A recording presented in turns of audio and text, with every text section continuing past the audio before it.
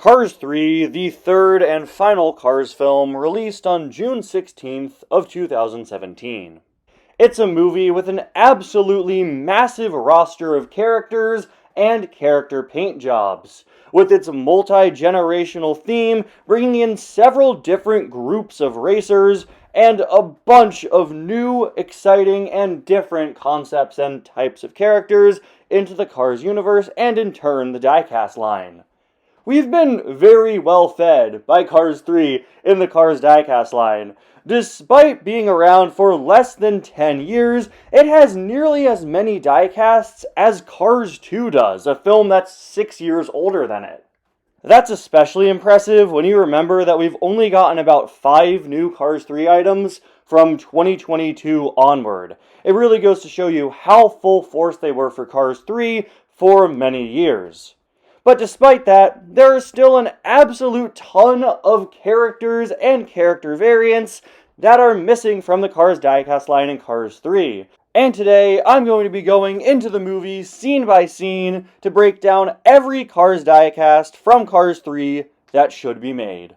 Let's get started. Hello everybody, and welcome back to another video and to another episode of our annual series breaking down every Cars Diecast that I think should be made from each Cars movie. Today, we are concluding the trilogy, a trilogy we began 2 years ago back in 2024, by taking a look at every Cars Diecast that I think should be made from Cars 3. Cars 3 has always been interesting to me in the Diecast line, because unlike Cars and Cars 2, there are still a pretty large handful of significant characters and character variants missing from the Diecast line. Let's put it this way. We've received every single veteran racer and next gen, every demolition derby car, but we still haven't gotten Smokey with his headset. And we just received McQueen with his a few months ago, 9 years after the release of this movie. While Mattel, Disney, and Pixar did a really great job at helping us complete sets of characters, like the 2 Piston Cup Racer generations in the movie and the Demolition Derby cars, there is so much untapped potential in this movie for diecasts, including, again, some pretty notable ones. There are also some very large categories of characters that we barely have any from. With all that said and done, it's time to dive into Cars 3 and talk about every car that should be made. Our first item comes from one of the film's very first shots. When Mater wakes up McQueen inside of Mac, we see several different pit crew members scurrying around in the background. I specifically want to highlight the Intersection Pity. Intersection is a pretty unique sponsor with its pink design and 00 number. And I think its pity would be pretty cool to get, especially because it's so drastically different. Like, seriously, why is it blue? There is no blue on Jimmy Cable's anywhere.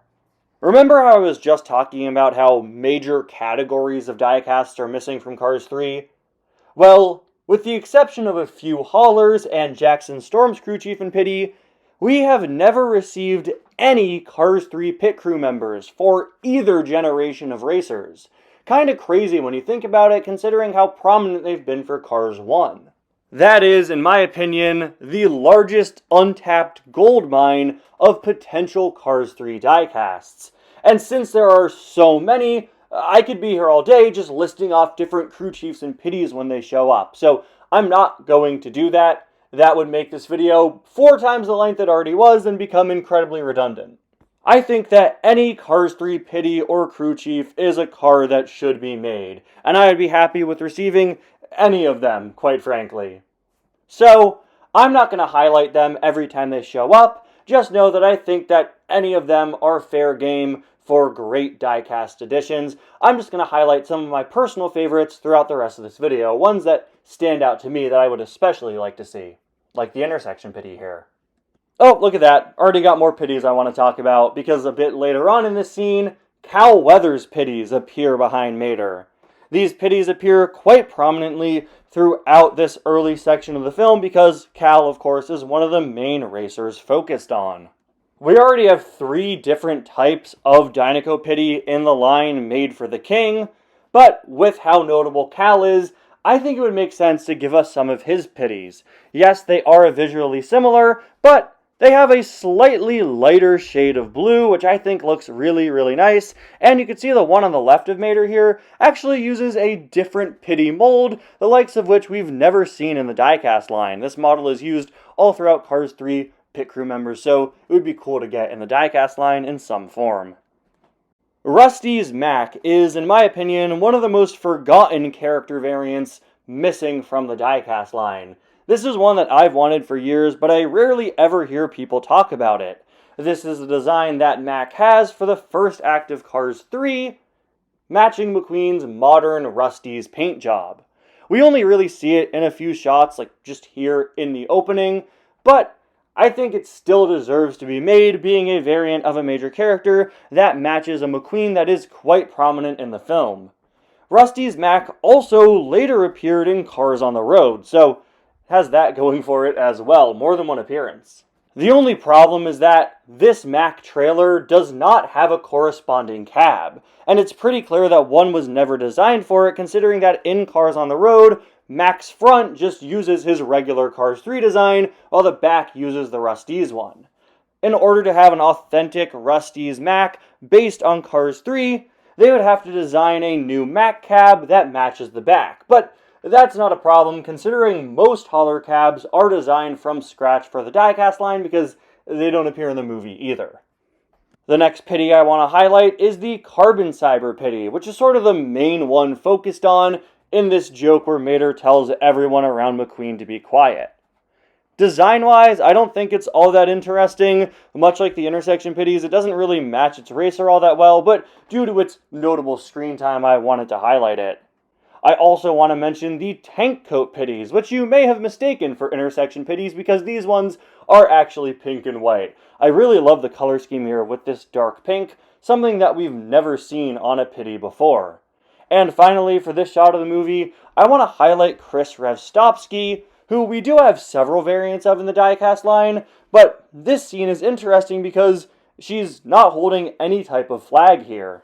Maybe it's a bit of a boring idea, but we get so many different variants of the flag wavers that I think it would be kind of cool to get a Chris Revstovsky that isn't holding anything. Especially because her current corrected mold makes the flag non-removable, having a version of her without the flag, which again does appear in the movie, would be pretty nice. And the last pity I want to mention for this scene is the Little Turkey Pistons pity. Which is pretty cool because unlike all the other pities that use the logo name for the racer or their number, this one instead uses the Little Turkey Pistons mascot, the little piston with a face. And I really love the design used here with just the face and the sort of explosion behind it. It's very unique for a pity, so I wanted to highlight this one. As Mater leaves Mac's trailer, we see several pictures pinned up to the wall. One of them features Mater goofing off with a tire on top of him. Mater, of course, is known for all the hats he wears throughout Cars 3, but this one isn't really one of those. It's just Mater with a tire on top of him. I think it could make for a fun release that just adds a new Cars 3 Mater to the lineup. Next to the picture of Mater, there's an image of Doc with his headset. This is super niche and would probably never happen, but Doc's headset in Cars 3 actually has a different design, being black and yellow compared to the black and silver design it was in the first Cars movie. Again, this is super niche, but it would be a pretty cool variant to do, especially if you pack him alongside the war wagon he's sitting on, which is different from the other versions of it we see throughout Cars 3. Something that I really appreciate about Cars 3's racing scenes, especially this one, is that the racers are covered in dirt and grime from racing. You can see that McQueen is all covered in these dirty black specks. It's such a cool detail that adds to the realism of the racing scenes here. I think it'd be really cool to see a Rusty's McQueen variant with all of these specks and dirt on him. It would kind of look similar to Road Repair McQueen. You could call it something like Race Day McQueen. And while we're at it, let's have variants like that for Bobby Swift and Cal Weathers too, because you could prominently see it on them as well, and it would just be super cool for realism. And while we're on the subject of these racing variants, I would absolutely love to see determined variants of Rusty's McQueen, Cal, and Bobby. Just like how McQueen has a determined variant for all of his racing scenes in the first movie, having one for Cars 3 would be super cool. especially when you see just how good the Determined face on the new headset McQueen is. I'd love to see something like that for him. Maybe you could combine these Determined variants with the sort of speckled race day variants I just talked about and have them be one variant, or maybe they could be two separate sets. Up next, we've got another Radiator Springs character variant. I would love to see a corrected pit crew member Guido with his yellow tire gun.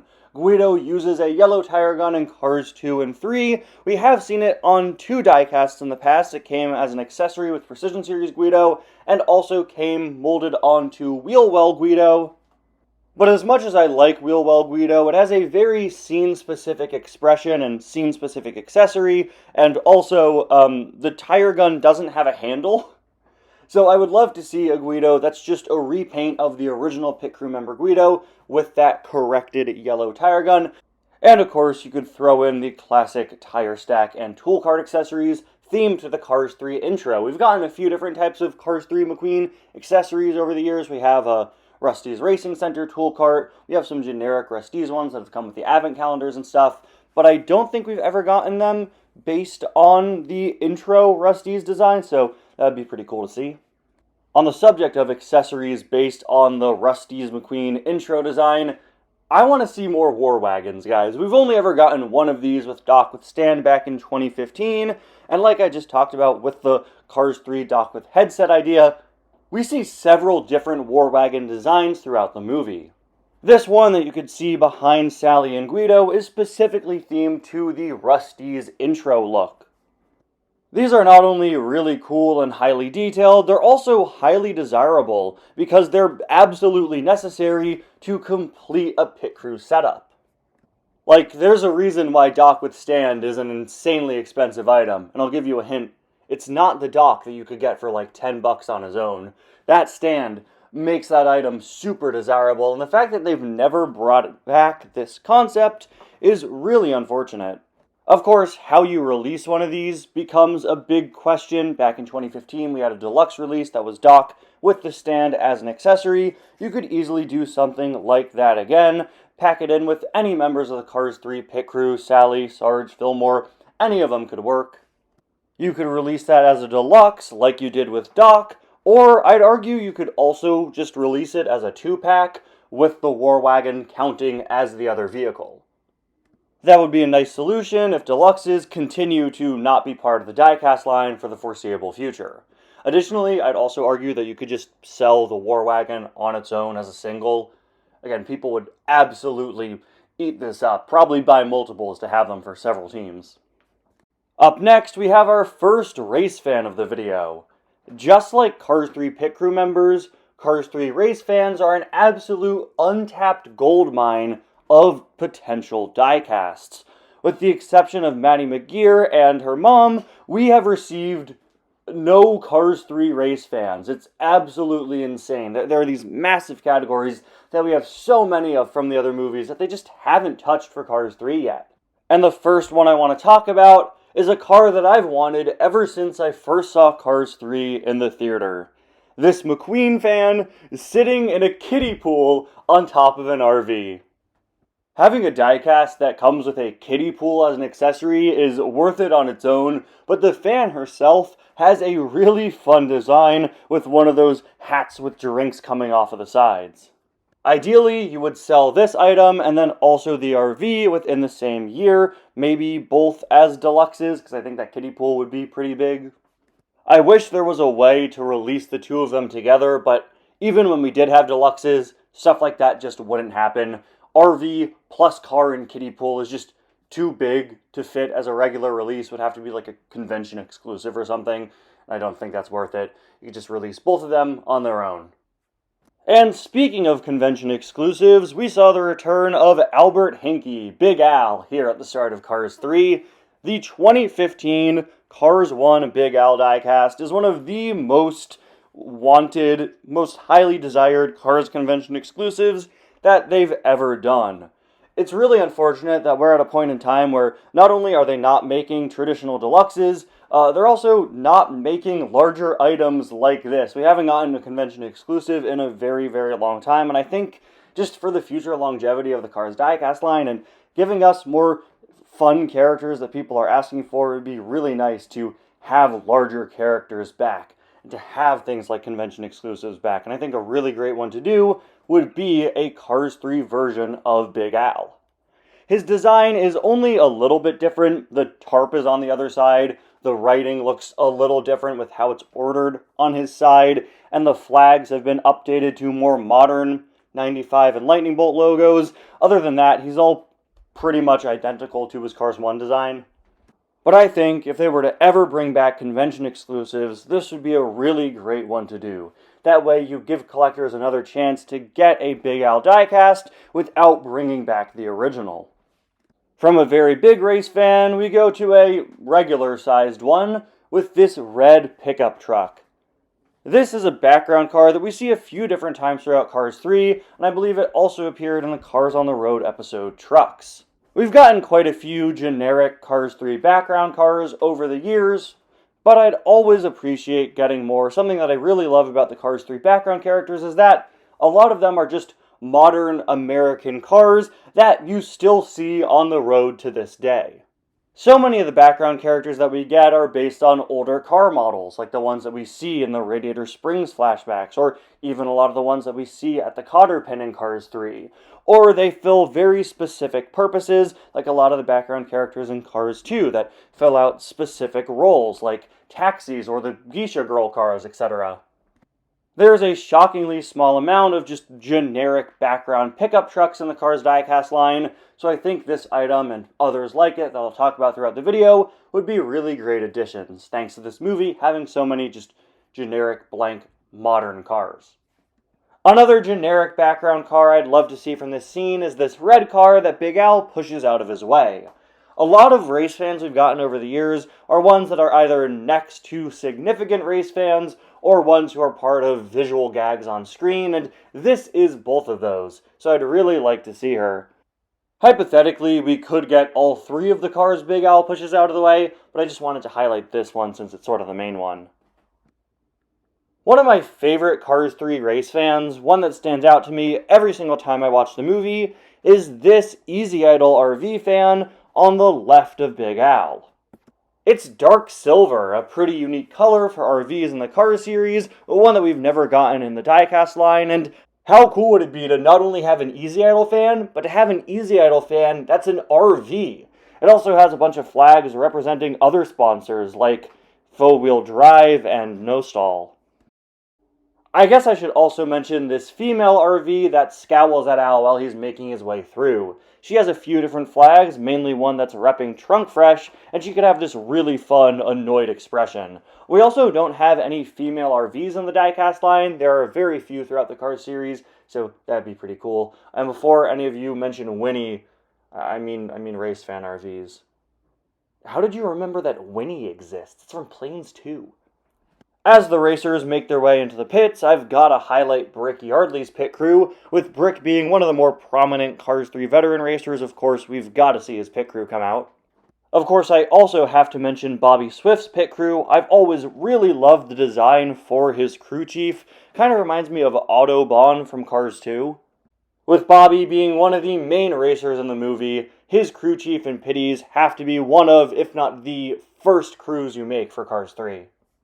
In the background of this shot, we get a good look at Cars 3 Team Apple, including their racer, crew chief, and pitties. Of course, for legal reasons, we can't receive these characters, which is really a shame, especially considering the Disney Store and Tomica both made JP drive the Cars 3 Apple Next Gen.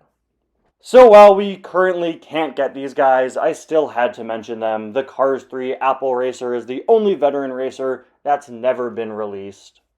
It would be so great if one day Mattel worked out a deal to be able to release these Apple cars, considering they renewed their license with Ferrari, and they worked out everything with Dale Earnhardt Inc.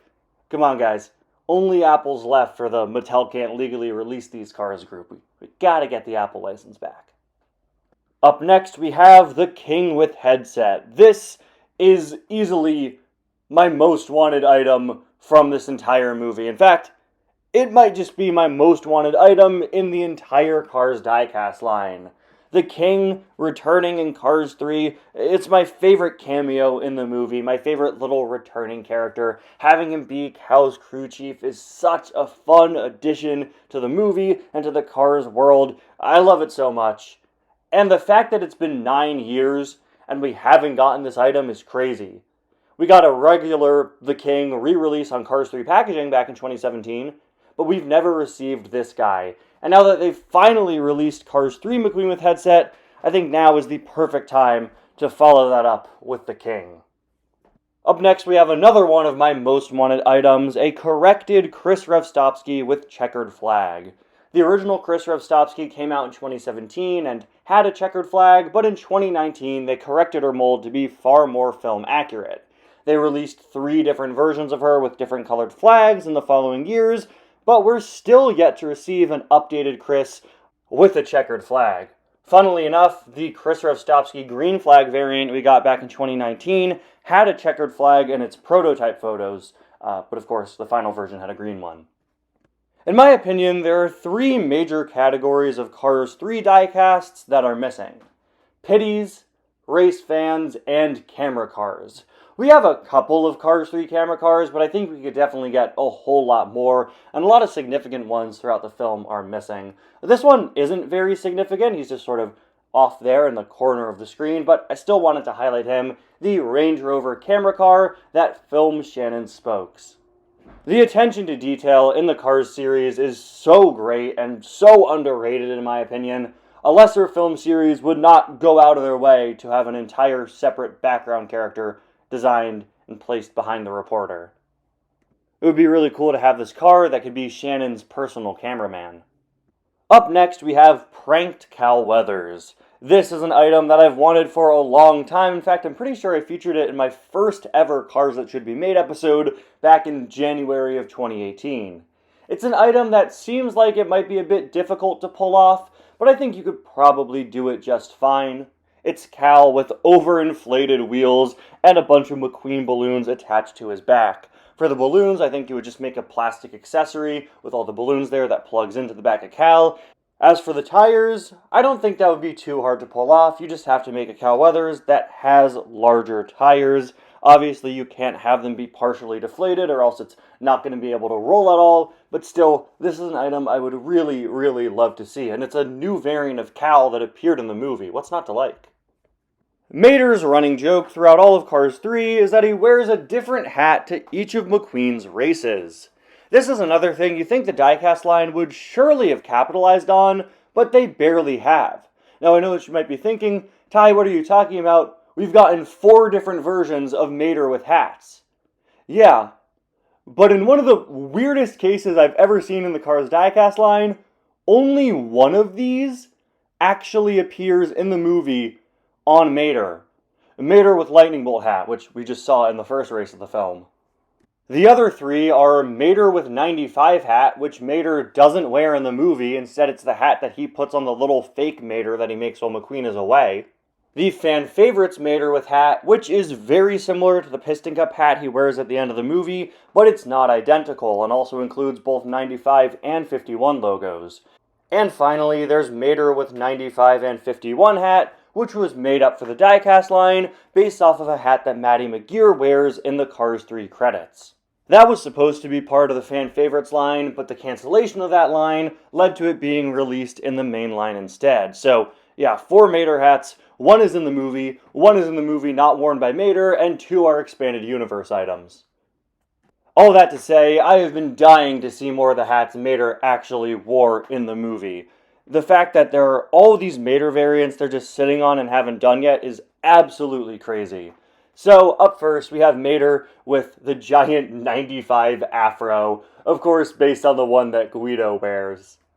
Due to the fact that it's just comically large, this is an item that would have to be shrunken down, but I think you could still make it work even if the hat is a little bit smaller than it is in the movie. A little bit after that in the montage, we see McQueen talking with Tex as they pass by a row of haulers. We've gotten quite a few Cars 3 veteran haulers, but more couldn't hurt. The tank coat one is one that I've always really liked, and it's got a good amount of screen time parked right next to Cal. I also want to shout out the Vinyl Toupee hauler here. Rev Rotages and the Vinyl Toupee veteran team have such a unique and different graphic design from anything else we've seen in the Piston Cup, so it'd be really cool to get this one. And I also want to shout out the Leakless hauler. I think Brian Spark has a pretty underrated design that I really like, and I mean, come on, it's leakless. You gotta have leakless. Out of all the Mater with hat variants, Mater with his stadium hat is easily my most wanted. This little miniature racetrack with a McQueen that races around it. While Mattel hasn't touched this concept, the Disney Store actually made Mater with stadium hat all the way back in 2018, complete with a McQueen that you could actually push around Mater's hat. If Mattel did this, I don't think they'd make the McQueen movable, but regardless if they include that play feature or not, I still really want to see this. It's such a fun hat. This is one of the hats where I think it's honestly small enough to work as a single so long as you have to attach the hat separately. One thing I've always really loved about the race fans in Cars 3 is that they wear memorabilia for so many different racers. In the first Cars movie, nearly all the fans have either generic Piston Cup merchandise or McQueen the King and Chick Hicks merch. In the Diecast line, we've only ever received those. Cars 3 has a much wider variety of what merchandise fans are wearing, making it feel much more realistic. Every racer has their own fans, regardless of if they're important to the movie or not. And in this shot, I want to highlight this Volkswagen Beetle, who's wearing a Little Torquey Pistons mascot hat. Getting fans like this would add such great variety to the race fan lineup. Also in this shot, I want to highlight the Revolting Pity. Revolting's a sponsor that's gotten a lot of racers over the years, but no crew members. The only problem with making this item would be that you wouldn't be able to use it as a Cars 1 Revolting Pity in displays or videos or anything, because it pretty clearly has the number 48 on the side, and in Cars 1, Revolting was number 84 instead. But hey, the Revolting number change is one of my favorite Easter eggs in Cars 3, so having a pity represent it is something I'd really like. We see a lot more camera cars as we're introduced to Jackson Storm. The one I want to highlight here is this female SUV. I always love getting the really big camera cars, and we don't have very many of them in the toy line. I also am pretty sure we've never gotten a female SUV. Up next, we have another item that's been one of my most wanted diecasts for years now. The Cars 3 Piston Cup Security SUVs. We've gotten several Piston Cup security cars from the first movie, including 2 SUVs, and we've also gotten several Piston Cup staff members from Cars 3, so I'm kind of surprised that they haven't made this item yet. I really love the all-black design here, with the white badge and the differently colored light bar. It all looks so sleek and like a really modern security vehicle. Ideally, we'd get 2 of these with different names and facial expressions, like what we saw for the first movie. And while we're still on the subject of SUVs, I want to highlight the Easy Idle crew chief that we see behind Jackson here. There are a lot of larger crew chief characters, but once again, we've barely received any of them, save for like Chief Octane Gain in Cars 1. The one downside of this item, just like the Revolting Pities, would be that it wouldn't be usable in a Cars 1 setup because Easy Idle also had its number swapped. You know, I'm just now realizing that nearly all of the Cars 3 pit crew members have their racers' numbers on them, and that's something that the Cars 1 pit crew members typically don't have.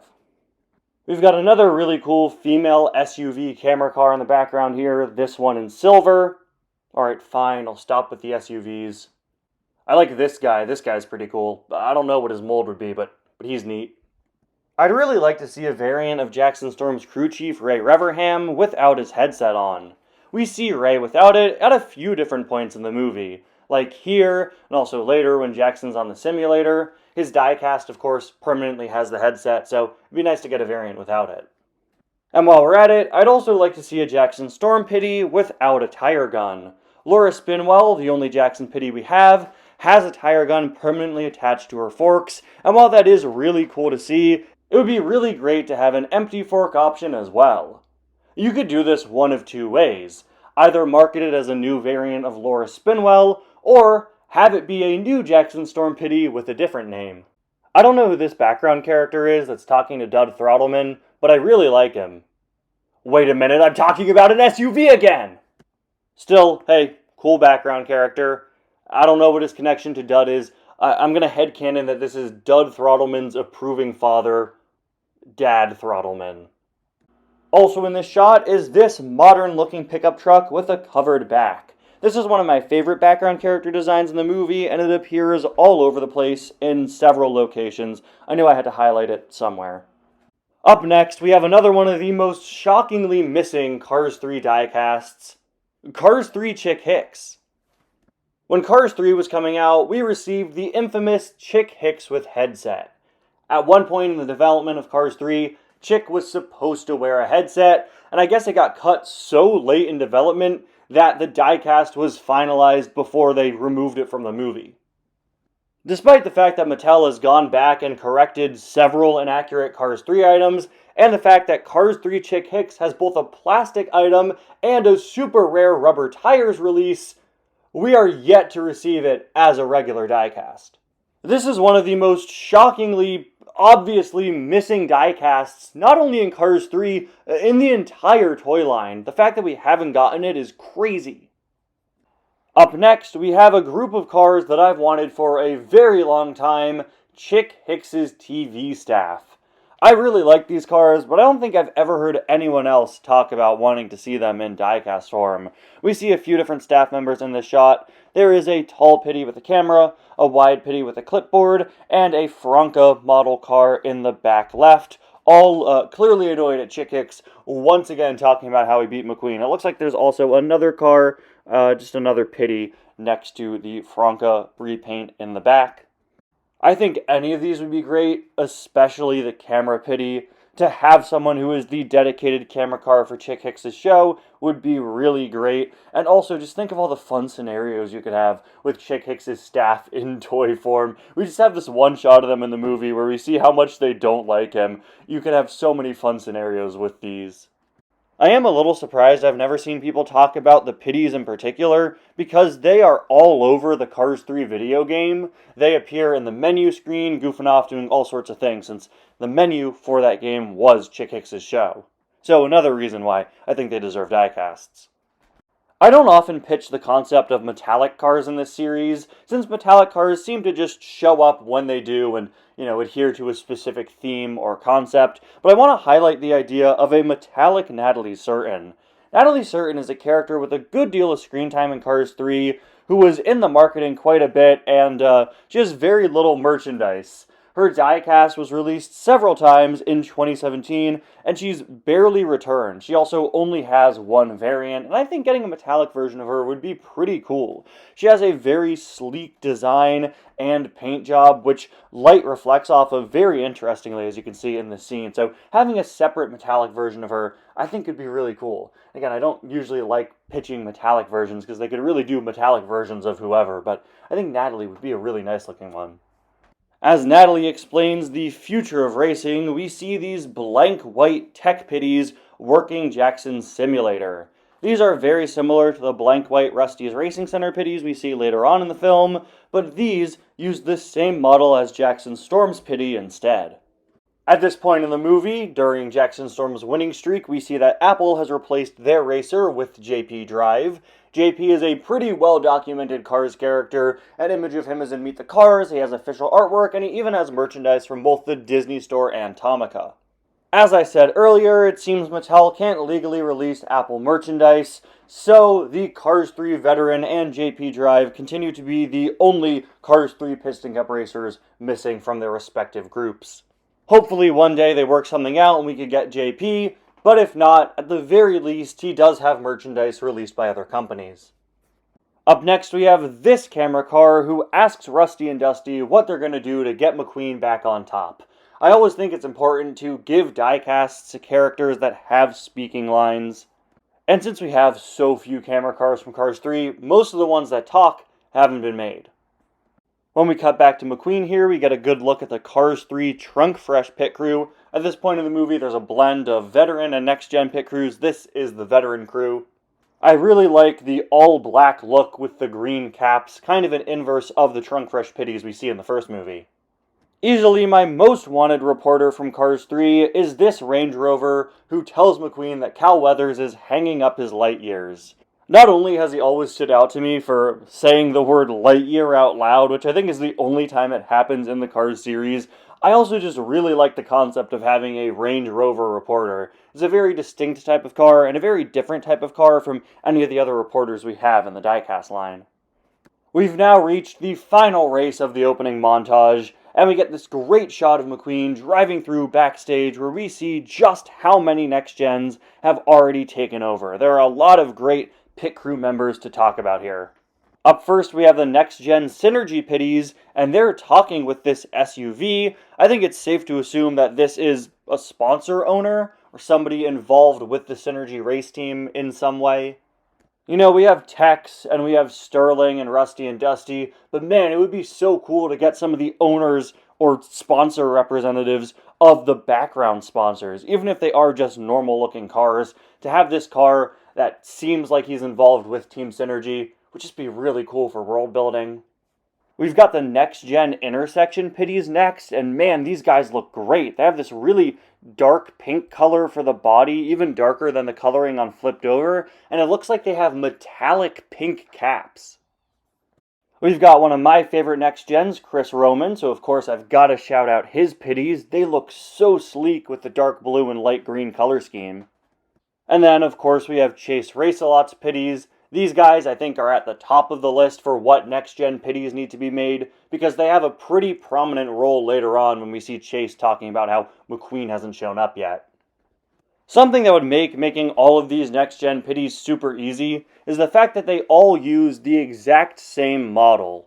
Unlike the Cars 1 and Cars 3 veteran Pitties, there is no variety within the teams. They are all something that adds to the next gens looking super sleek and futuristic, but also very corporate and samey. We already have that mold in the diecast line with Laura Spinwell, so all you have to do is repaint that and you have any next gen Pitty you want. Instead of having to get separate tall, short, and wide ones, all people would have to do to get a full pit crew would just be to buy multiples of that Pitty. Of course, I think we should add variety by having some with the tire guns like Laura Spinwell and some without. Maybe you do one on each team with the tire gun, one without, like I suggested for Jackson's Pitties earlier. But yeah, these would be super easy to make. We see a couple more Pitties as McQueen drives through. The one I want to highlight here is Cam Spinner's Pitty, the Triple Dent Next Gen Pitty. We see two of them. We got a really good look at them. And, you know, Triple Dent was one of the new sponsors for Cars 3, so any pit crew members are appreciated. Triple Dent is, of course, a reference to Inside Out, and I also appreciate any cars with references to other Pixar movies.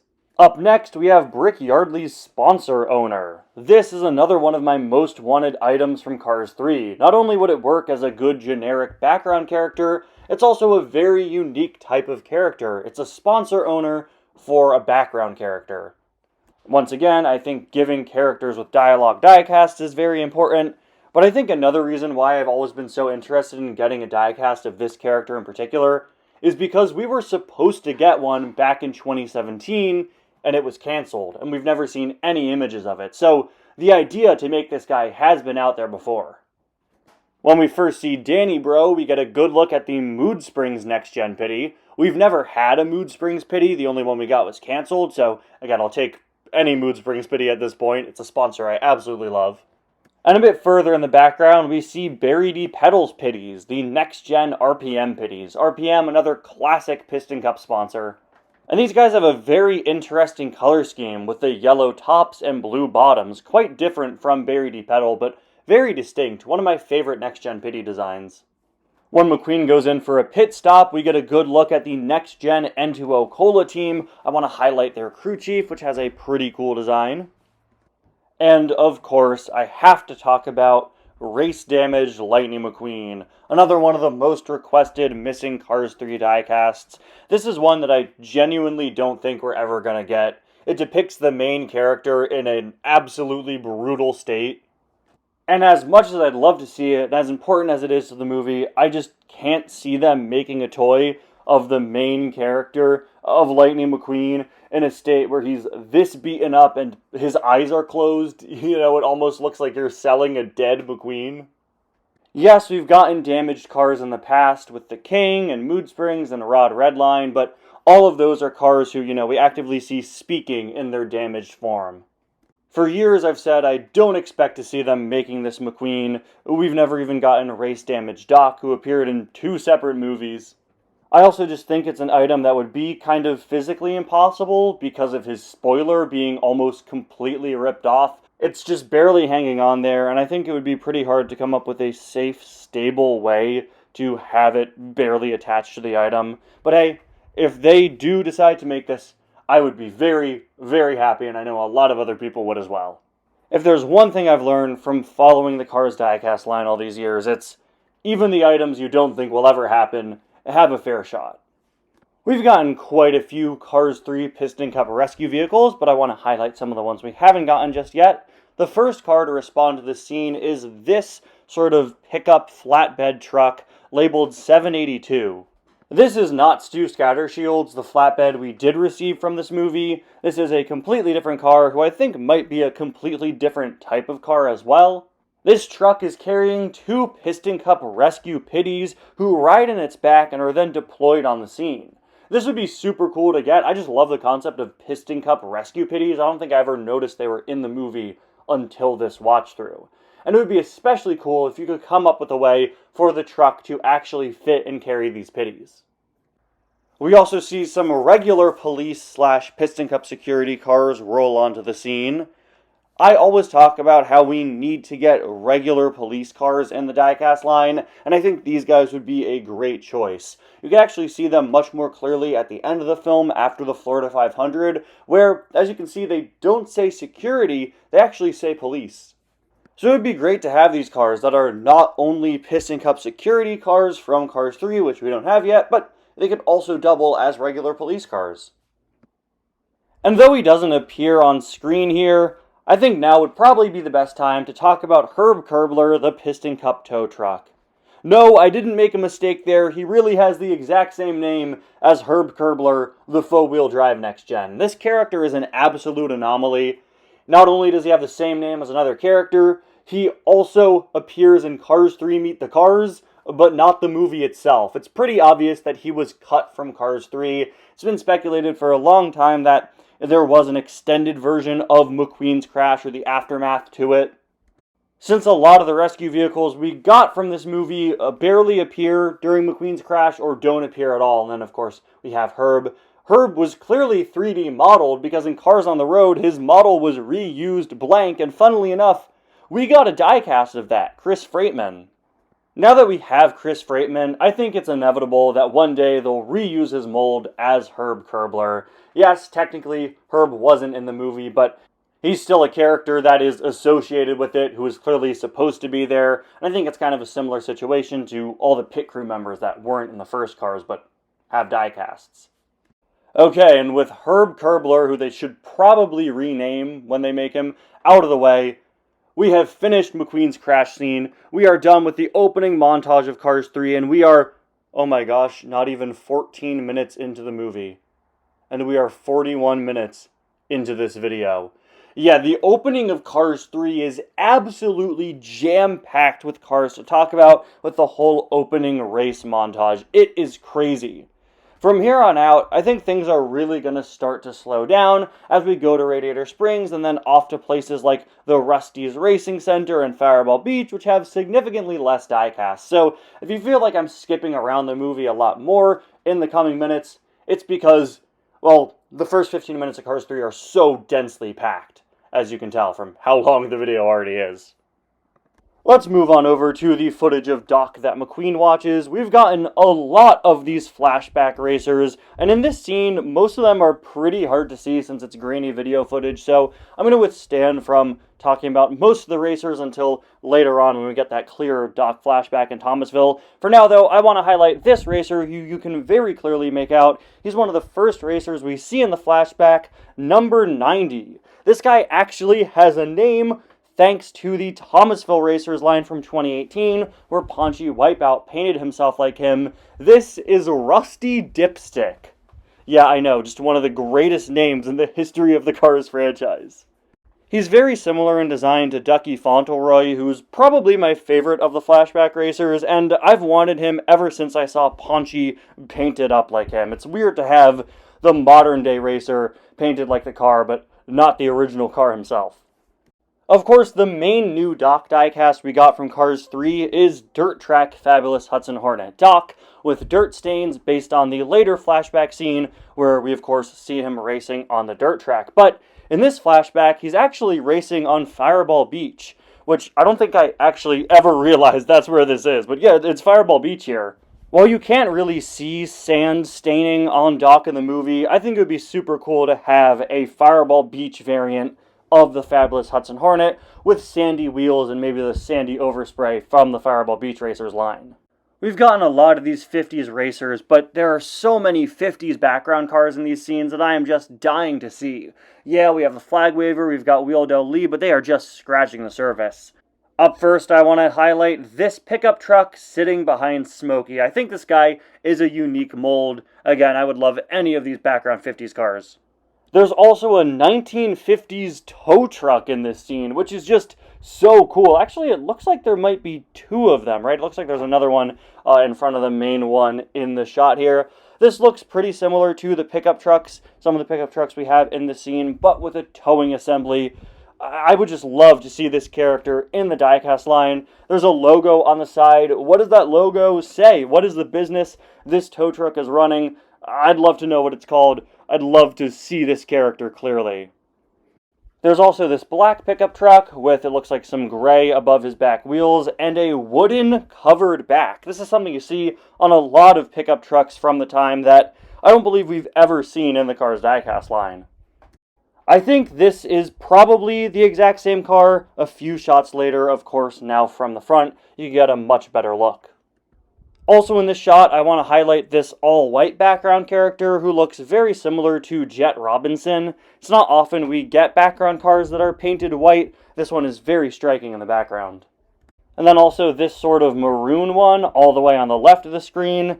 I think you might already be able to make this item. It looks pretty similar to Mallory Carhut's mold, the ghost car we have from Cars on the Road. With Cars on the Road, reusing so many of the models from Cars 3 and just slightly redesigning them or modifying them, it really goes to show you just how many Cars 3 and movie releases they could very easily make if only they were making more items from the movies these days. There's just like a goldmine of super easy repaints they're just sitting on. We already have the 1950s Flag Waver Double Clutch Daily, but the version of him we have comes with a checkered flag. Here, after Doc's crash, we see him waving a red one. All the other Flag Wavers have so many different colored flag variants, and a red flag is very unique. This emergency flag, it's the only time we see any Flag Waver have it in the entire series. So a new flag color version of Double Clutch certainly couldn't hurt, even if it's the flag he uses when someone is hurt.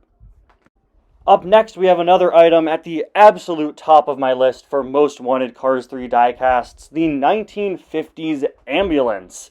This is just such a cool and unique design, and we actually already have the mold in the diecast line pretty much, since this guy uses the same model as Wheel Del Lee, just with a siren up top.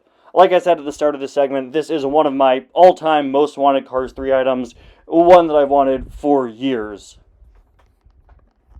Of course, the ambulance is not alone. He's joined by two emergency pitties, as well as these two more generic 50s emergency cars who, once again, look very similar to Jet Robinson. All of these would be such unique additions to the diecast line, and if you're doing that 1950s ambulance, I don't see why you wouldn't also do these. Oh, also, my bad, there are actually four pitties in this shot. You just don't see the other two until after all these guys pass. But for the purposes of the diecast line, I think you only really need to make these two. Much like with Race Damage McQueen, I have to mention Race Damage Doc. This is an item that I also don't think we'll ever get, purely because of the circumstances regarding it, but still, if they made it, I would very, very happily accept it. I think this is actually the only item you'll see in more than one episode of Every Car That Should Be Made, since I did talk about this one in the Cars 1 episode, but since we get a much better look at it in Cars 3, I had to mention it here. For the first time in this video, we get to skip a whopping 5 whole minutes of the movie until we get to our next item. This, of course, is the Radiator Springs segment. We have all the cars here. Nobody looks different other than Primer McQueen and Intro Ramon, who we've already had for a very long time, since 2017, of course. But, of course, I have to mention Hydraulic Intro Ramon. I love collecting Ramon variants, and now that we have all of the paint jobs that he's had on screen in the movies, it may as well go through and make all of the corresponding hydraulic variants. Also, I know this video is about new releases, but Mattel, please, re-release regular Inter Ramon. I have him. He's a super cool diecast. People deserve to have him. Come on. Come on. He was a Toys R Us exclusive like 5 months before they closed down. Just bring him back. I've always wanted to get some cars from the King's Highway montage. We have Scott Tiller, who's super unique, but no one else from this part of the movie. So I was super excited to comb through it for this video, but I've got to say, there's really nobody that stands out here. The whole scene is super zoomed out, and most of the background cars are very hard to identify. And of course, those who are identifiable are just cars that are used in the background of several scenes of the movie. Like, I'm pretty sure this guy here is just Dad Throttleman again. So I'm going to shout out this car, who looks to be a pretty unique mold, and I can't immediately identify in any other parts of the movie, as well as this Franca model car behind her, because oh my gosh, she looks so irrationally angry. I don't know why, but I absolutely love it. This is like road rage in its purest form. And you know what, while we're at it, let's mention the two cars behind her, because this one on the right looks insanely sad, and the other one on the left looks like she's trying to console her. What is going on with the cars on this part of the highway? I need to know. Up next, when Mac drives up to the Rusty's Racing Center, we have this great shot of all the paparazzi cars crowding him. Shots like this make my job very easy because I get to take one screenshot where you could clearly see all these background characters all at once, which is great because I've worked on this video for several hours today, and I'm recording this part at 9 p.m. Please help me. My favorites here include this Mini Cooper. We don't have any Mini Cooper camera cars in the diecast line. We were supposed to get one from Cars 2, but it was canceled. We have another Mini Cooper here. This one is yellow and black and has a boom mic instead of a camera. I prefer the color scheme of the other one, but I wanted to mention this one as well. And you know what? Let's throw in a third Mini Cooper. This one is a very striking red. And since you've all been so nice today, have a fourth one for free. Of these four Mini Coopers, the silver one actually has a line. When McQueen gets out of Mac, he asks him if he's seen the record Storm has been setting. He's my least favorite of these visually, but since he has a line, I think that he definitely should be a priority for Cars 3 camera cars. I talked about one of the Range Rover reporters earlier, but this light blue one is one of my personal favorites. I'll also briefly mention this car here, who looks like they could probably be made using the Jonathan Gerson mold. As well as this small one right in front of Mac. You have no shortage of press cars to make from Cars 3. The other reporter that has a highlighted piece of dialogue in this scene is this one up front, who asks McQueen if he's given any thoughts on retirement. She's a very unique case of a paparazzi car who doesn't have any equipment. No headset, no mic, no camera, no nothing. So she could do double duty in your collection as both a camera car and a generic background character. Inside the Rusty's Racing Center, something I've wanted to see for a long time now are the pitties that work here. Of course, we have Millie, but we don't have any of the other staff members. The first one we get a good look at is this pitty that comes up to Sterling holding a tablet, who I think would be a really great option. And of course, we need just some regular Racing Center pitties as well that aren't holding anything. They appear to have a few different models throughout the movie, so it'd be great to get, one of each look. They show up so much all over this section of the movie, including here when McQueen is fitted for his Racing Center suit. Speaking of which, I have two different concepts for McQueen diecasts you can make from this scene. Up first, when the Racing Center wrap is first placed on McQueen, it's draped over him in tarp form. And I think it would be really clever if they made a diecast of this in the same way they made Space Creature McQueen, where you have the Rusty's wrap that could be placed on him as this big plastic piece that can be removed, and you just have a regular Cars 3 McQueen underneath. This would look cool in a collection, but I also think kids would absolutely love this, being able to put this tarp on McQueen and pretend that he's changing into a new paint job. And my other McQueen concept is this one right here. It's him before the Racing Center suit is made airtight to his body, where it has all of these wrinkles and creases. It would make for a very unique model. And who doesn't love a McQueen diecast that's midway into a new look? It's kind of like Paint Mask McQueen or Transforming McQueen. We've received an absolute ton of Rusty's Racing Center trainees in the Diecast line. They're all very similar, and there are so many in the background. I don't really have any generic background ones that I desperately think we need, but there are a few more unique Racing Center trainees that I want to highlight. Like this one in the background, who's on the rack without his tires, or maybe without his entire wheels. Either way, would be very interesting and different from the other trainees. And of course, the most absolutely necessary Racing Center trainee we need in the Diecast line is the other one with the VR headset. This is one of the most baffling exclusions in the Diecast line right now, in my opinion. Back in 2022, we got Sudeep with VR headset, which is actually Jay with VR headset. They gave him the wrong name. It's absolutely insane to me that we still haven't received the other Racing Center trainee with headset, who, for the record, is actually Sudeep with VR headset. I will never understand why they only made one and still haven't made the other, and I will also never understand why they didn't just make them a 2-pack. This is like such an obvious 2-pack to make. So while yes, this is at its core a variant of a pre-existing Racing Center trainee, I think it is one of the most necessary missing diecasts from Cars 3. This is one that we really need to get to complete the set of these two. It's been far too long. There are a lot of cool pieces of tech that would make for great accessories in the diecast line, like the treadmills. Whether you decide to re-release one of these three trainees, or make a new one entirely, packing them in with a treadmill could make for a pretty good deluxe. Or maybe the diecast that comes with the treadmill could be this one, Sad Gabriel. Gabriel was one of the first Racing Center trainees we got back in 2018, and he had just the generic Racing Center trainee expression. Gabriel's whole thing in the movie is that he's really sad and homesick, and of course we learn that his hometown is actually the town from Coco in a reference to Pixar's next film. I think this would be a really perfect item to pack in with the treadmill accessory because it's a new version of one of the treadmill racers we've already received. And I think having a variant of Gabriel fits very well with Kurt, who also has two variants, his normal one and his bug version. As long as we're getting the different Racing Center pitties, we may as well get some of the ones with tire guns here. And of course, we've got to get Rusty's Racing Center McQueen without his wheels here. This is one of my favorite jokes in the movie. Bonus points if they include Lefty, Righty, Backy, and Backy Jr. as accessories. Another scene I was really excited to look through for this video was the simulator. So we see a variety of different background cars when McQueen crashes into the infield. I'd assume most of the background cars here are reused from other Piston Cup scenes or just other parts from throughout the movie, but regardless, there are some unique and interesting ones to point out. I've never seen anyone talk about getting cars from the scene, and I've always thought it's sort of a fun, untapped area of the movie. The first car I want to talk about is this green pickup truck. It's one of the first cars we get a good look at after McQueen crashes into the infield, and I really like the coloring. It's also, once again, a modern car, type of truck you see on the road these days. McQueen crashes through pit row, where we very briefly see the Clutch Aid crew chief. This is specifically Dino Drafsky's chief.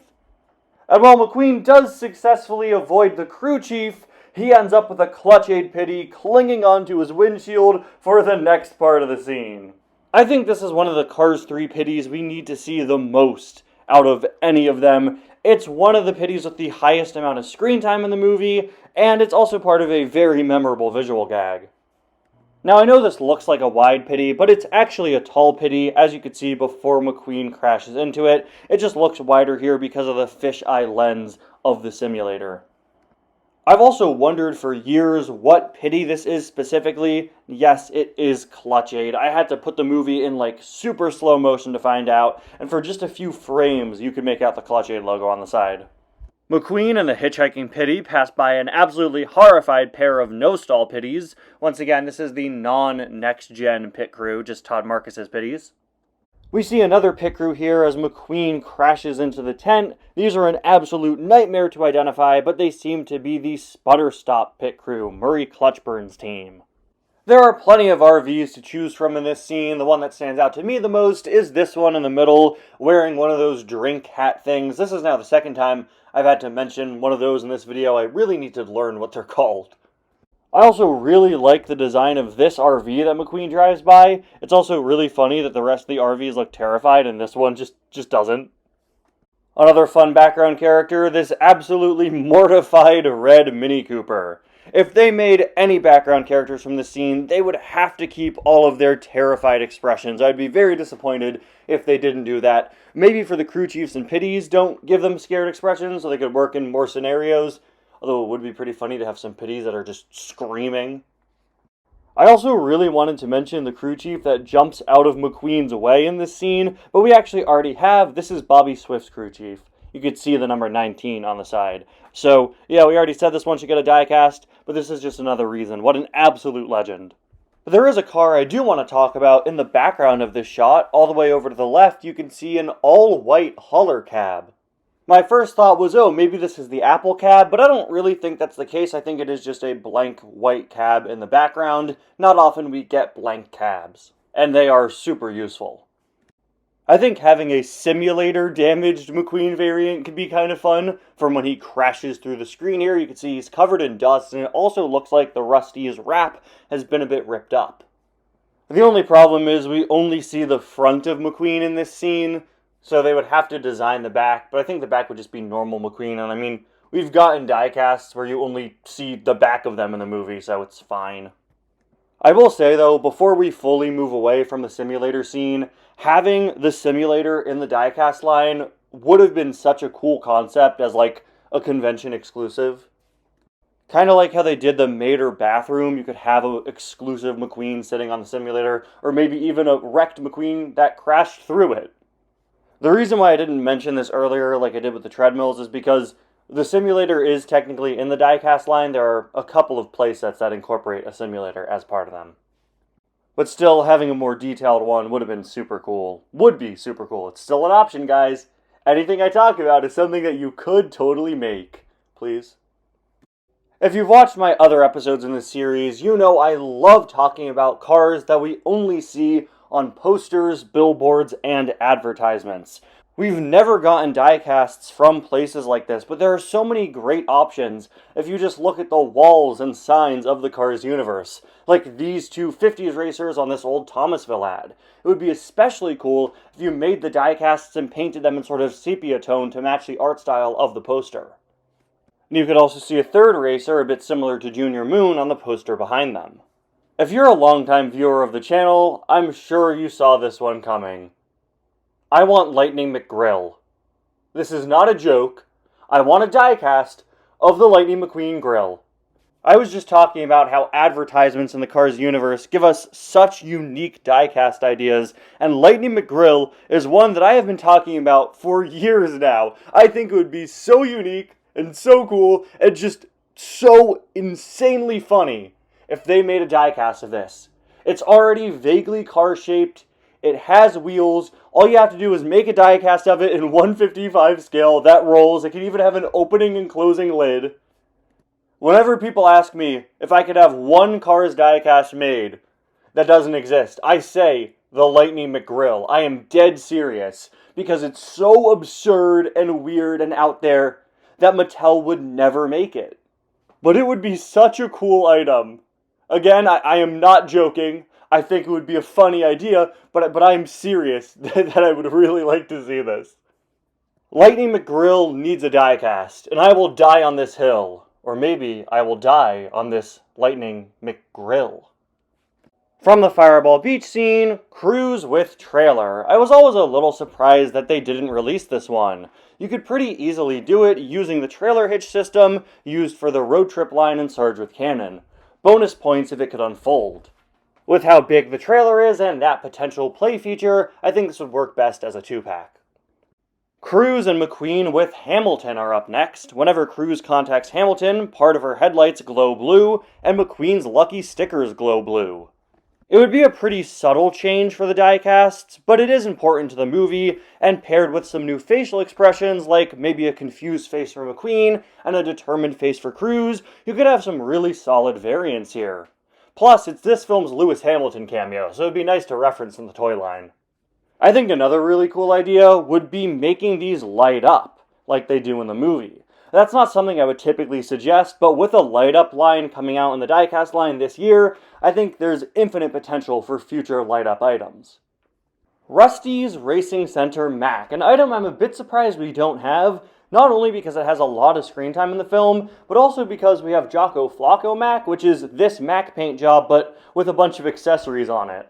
Kinda crazy how many Cars 3 Mac variants are missing from the diecast line, but at the very least, there was a playset based off of this paint job released, so you can get a 1/55 scale diecast line compatible Rusty's Racing Center Mac. It's just we're still missing the actual Holler diecast.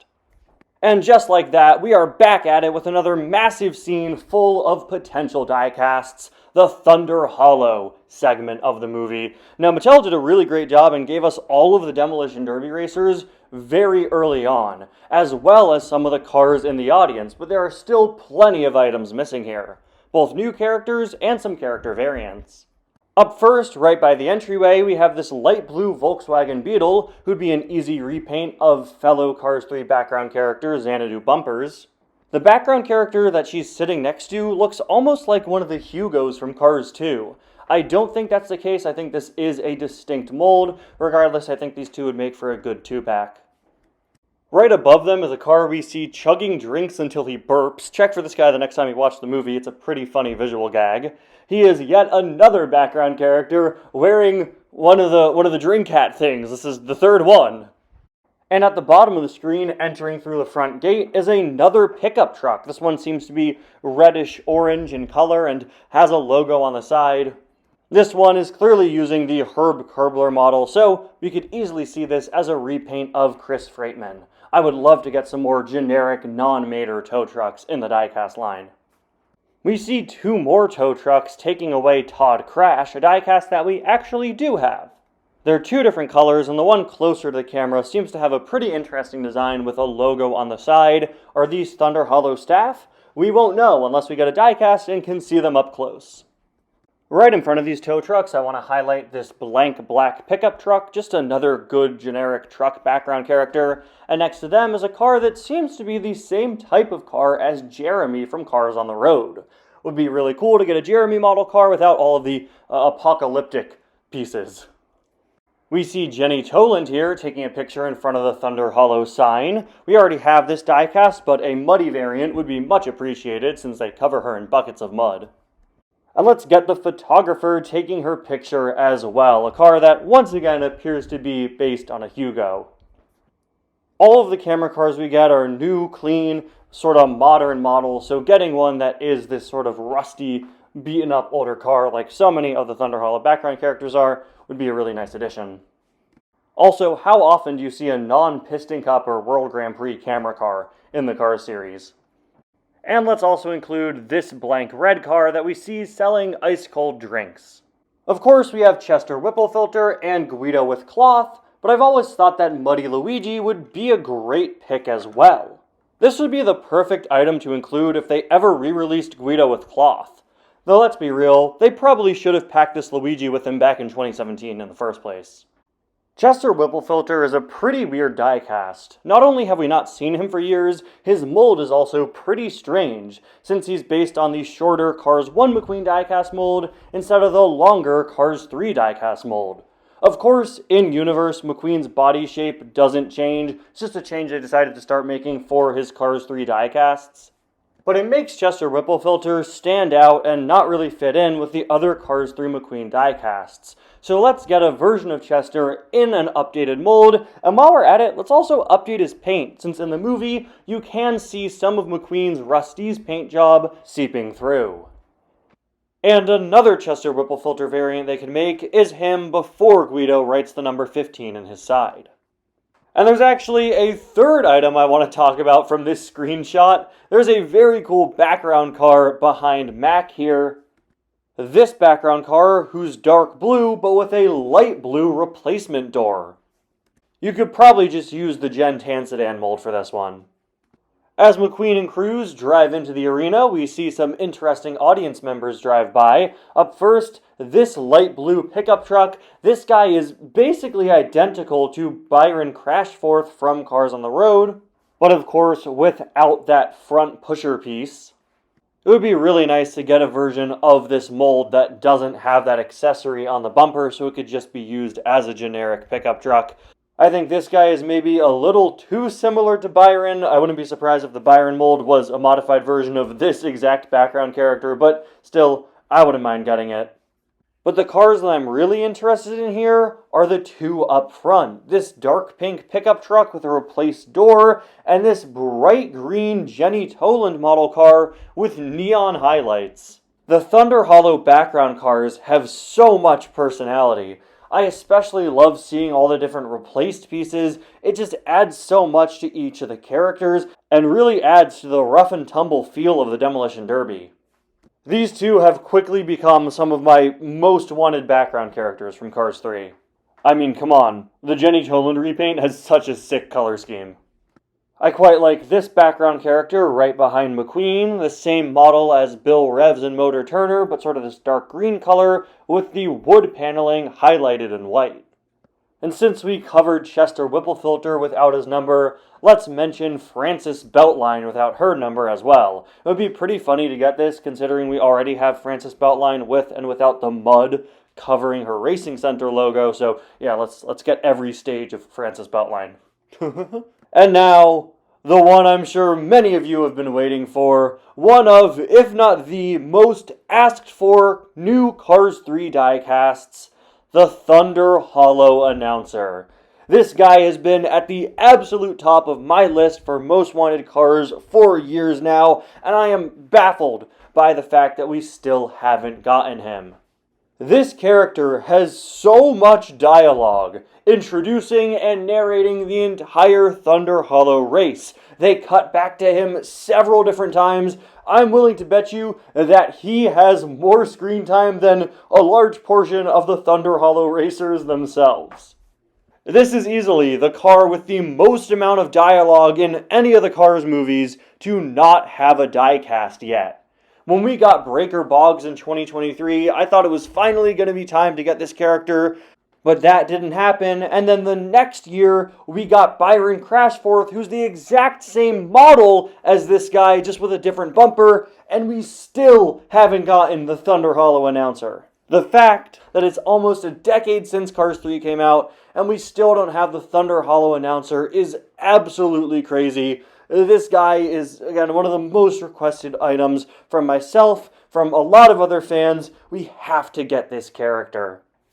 And right underneath the announcer are two more background cars I'd like to mention. This light-colored repaint of Bill Revs, with the lighting I can't quite tell exactly what color it's supposed to be. And right next to him, this car who I think is a Jenny Toland repaint, also in a pretty light color. Once again, some interesting cars that would be simple recolors of diecasts that we already have. Back in 2023, we finally got Breaker Boggs, one of my most wanted Cars 3 items for a very long time. All the Thunder Hollow pitties look identical, so there's not really a point in getting another regular one, since you could just buy multiples of Breaker. But how about we get this one holding a can of spray paint who puts the number 20 on Cruz's side, or sorry, Frances Beltline's side. Miss Fritter with flames. This is one I almost didn't include because it would be kind of hard to pull off. We've gotten many cars with flames over the years, but never any like this. I think in order to successfully pull this off, maybe the flames would be a detachable part that you plug into Miss Fritter's horns. That way she could fit in the packaging. Throw in a new, more angry facial expression, and I think you'd have a pretty sick variant on your hands. T-Bone is a pretty elusive diecast, only ever being released in a couple of 5-packs. But he's really one of the only Demolition Derby cars where there's a very obvious variant you can make. His big moment in the movie comes from when another car rams into his side and he becomes completely straightened out. Of course, we all know it wouldn't last long, but it would be a very cool variant, and one I am a little surprised they haven't done yet. The other Demolition Derby racer who has, in my opinion, a pretty obvious variant you can make is Todd the Pizza Planet truck, of all characters, whose rocket is knocked off during the race by Superfly, and it goes flying into the crowd. While there's much more focus on the characters who catch the rocket, and we'll get to that in just a minute, Todd does appear driving away, of course without it, for a couple of seconds. We already have two variants of Todd in the diecast line, a dirty one and a clean one, but I really like the idea of getting a scene-specific variant of this iconic Easter egg. And we just have to get the pity that catches Todd's rocket. Maybe they could have it be a two-pack, Todd without the rocket and the pity that caught it. I think this RV would also be a really great addition to complete the scene. She's got a really funny expression, just in complete awe from this, and you could probably make her by reusing the mold for Bud or making one similar to it. And next to her, while the rocket's flying, you could just barely see another pickup truck that is the Byron Crashforth mold. I think this is probably a better choice for a character to get than that light blue Byron repaint earlier. But of course, if we are to get anyone from this mold, it should be, say it with me, the Thunder Hollow announcer. Just make the Thunder Hollow announcer, please. All jokes aside, though, I really do like this background truck. I think he's pretty cool. Look, this one would never happen, but I just need to mention it because it would be so funny. Dr. Damage with Fair Game sticking out of the back. I don't think this would be impossible. It would certainly be unique. You would take Dr. Damage and then sculpt the back half of Fair Game sticking out of him. I think the only thing that complicates this is that it looks like Fair Game actually opens Dr. Damage's doors and then gets stuck. So maybe what you do instead is release a version of Dr. Damage with opening back doors that could fit other cars like Fair Game. We've got Chester Whipplefilter with the stop sign stuck in his wheel. All you'd have to do to pull this one off is mold the stop sign on the wheel well of McQueen. Ideally, you'd also have his back tire missing because it gets all shredded up when he tries to drive. Since you still see parts of the tire clinging on, sculpt a little bit of it on the remaining wheel, but have the rest be gone and have it just roll on the wheel. One of the funniest parts of the Demolition Derby scene, when this random RV calls out, "You're gonna get it now, Whipplefilter." He also has another line later. He's the one that says it's Lightning McQueen when McQueen's identity is revealed. Out of all the Demolition Derby audience members, this is easily the most important one. He would have been a perfect fit back in the 2019 Demolition Derby series when we got some of the background characters, but hey, it's never too late. I've got another character variant up next, an end of race Miss Fritter. This one would have her front all covered in mud like you see here. She'd also be missing the stop sign. You could have the base and wheels all covered in mud. It would look really cool. When McQueen's identity is revealed, I've always liked this background character next to Jenny Toland. This is kind of the main one that the shot focuses on. This reporter that goes to Thunder Hollow and talks about McQueen is another character with dialogue in the movie, but no diecast. She's pretty obscure, only appearing here on this TV screen, and is just a blank background character, but still, it's a reporter character, a character with dialogue. It's one that I've wanted for quite a while now. As you can see, I tend to really like and really want characters that a lot of people just forget are in the movie. Francis Beltline with Demolition Derby trophy. This would be very reminiscent of the times we've gotten cars with piston cup accessories. All you would have to do is pack in a normal Francis Beltline with this new Crazy 8 accessory. They had the perfect opportunity to release this back in 2022 when they gave us Francis Beltline with an accessory, but it just was a flaming oil barrel that we'd seen before. With McQueen and Cruz's big falling out, we've officially hit the halfway point of the movie. Yes, really, we're only halfway through. We have about 5 minutes where there are really no new cars you can make because that's just McQueen and Cruz talking, but after Cruz leaves Mac's trailer, McQueen turns on the TV and starts channel surfing. One of the channels he flips through features a minivan in an infomercial advertising the Atomic Wrench, a parody of one of those crazy multi-tools you always see advertised on TV, where it's a wrench with all sorts of different heads. This is a joke I've never noticed before while watching this movie, and oh my gosh, it's so funny. We've got to get this car selling this product, and they need to pack the Atomic Wrench in as an accessory. Cars that only ever appear on TV screens tend to not be released in the diecast line, which I think is really a shame. I know I talk a lot about how they should make cars that appear on billboards and posters, but I understand why they don't make those. They use a variety of different art styles and such. But when it comes to cars that appear on TVs, they're using just they're just regular cars who are on a screen. We should totally get some of the TV cars.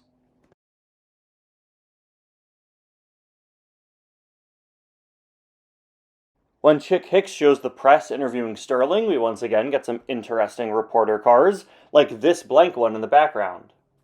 But probably my favorite in the scene, and easily the most important one, is this blue car on the left of Sterling, who looks to be the same model as Biz Torkson. He's wearing a headset and holding a boom mic, and it's easily the longest boom mic we've ever seen on a reporter in the Cars series. If they made this in the Diecast line, they'd probably have to shrink it down, but I don't know, maybe you could do something like Mater with Sign, where, it's on a movable arm that could still fit in the packaging. Mater's junk sculpture is something that I've wanted in the Diecast line for a very long time. It's about the size of a car, and though it can't roll because it's made out of junk with just tires and no wheels, I think it could work well as either a plastic accessory packed in with another item, or a release like the Stanley statue, since, again, it is about the size of an actual car. You could do a 2-pack of Mater and then this. Ever since we got a die-cast of Mater wearing the hat he puts on the sculpture, even though he doesn't wear it in the movie, I've always felt the absence of this item. And if we're going to get Cruz with the Crazy 8 trophy, I'd also like to see a car with the duct-taped version of it. Maybe it could be Rusty's Racing Center McQueen, maybe Cruz, maybe even Dynaco Cruz, since we see her with it in the credits. The last 10 minutes of the movie didn't really have all that many items to talk about, but now that the characters are in Thomasville, it's about to get a lot more densely populated again. Up first, let's get a dirt track variant of Rusty's Racing Center McQueen, based on his time racing on the dirt track here at Thomasville. I would suggest making a dirt track version of Cruz as well, but Cruz is still covered in dirt from the Demolition Derby, which is on our Francis Boutline diecast, so it wouldn't be necessary.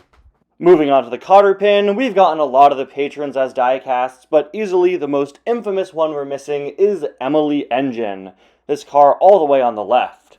She was supposed to be released in 2019 as a super chase, but was cancelled. She's not really at the top of my list for cars that need to be uncancelled, but as one of the few Cars 3 items that was cancelled and made it so far into production that several collectors own prototype copies of her, it would be nice for her to get a wide release. My favorite cotter pin patron we're missing is this guy on the right. He's another 50s background car that looks very similar to Jet Robinson. I love how sleek his paint job looks. It reminds me of the type of 1950s restored cars you see at car shows. A real shame we didn't get him back in 2019 when we got most of the other cotter pin patrons. Who knows when they'll return to this group. Of course, we already have Sweet Tea, but let's get this version of her with her serving tray, since she's not only the singer at the cotter pin, she's also a waitress. This item would go great with Flow with Tray, and you know me, I love getting variants of more obscure Cars characters, and this is a pretty obvious one to do. But Sweet Tea isn't the only server at the cotter pin, as we see another Pity using the same model as one of Sweet Tea's bandmates, serving drinks to Vanden Kerr. This is another case where the mold for this type of car already exists in the diecast line. All they'd have to do are swap out the Pity arms, repaint it, new expression, and I think the best way to release this would be alongside Sweet Tea with her tray. We have another Hugo background character in this scene on the far right of the screen behind McQueen. Oh my gosh, that rhyme, that was amazing. We should keep that up. He doesn't look too mean. I don't think his color's green, but he's yet another car here at the cotter pin. No, we're done.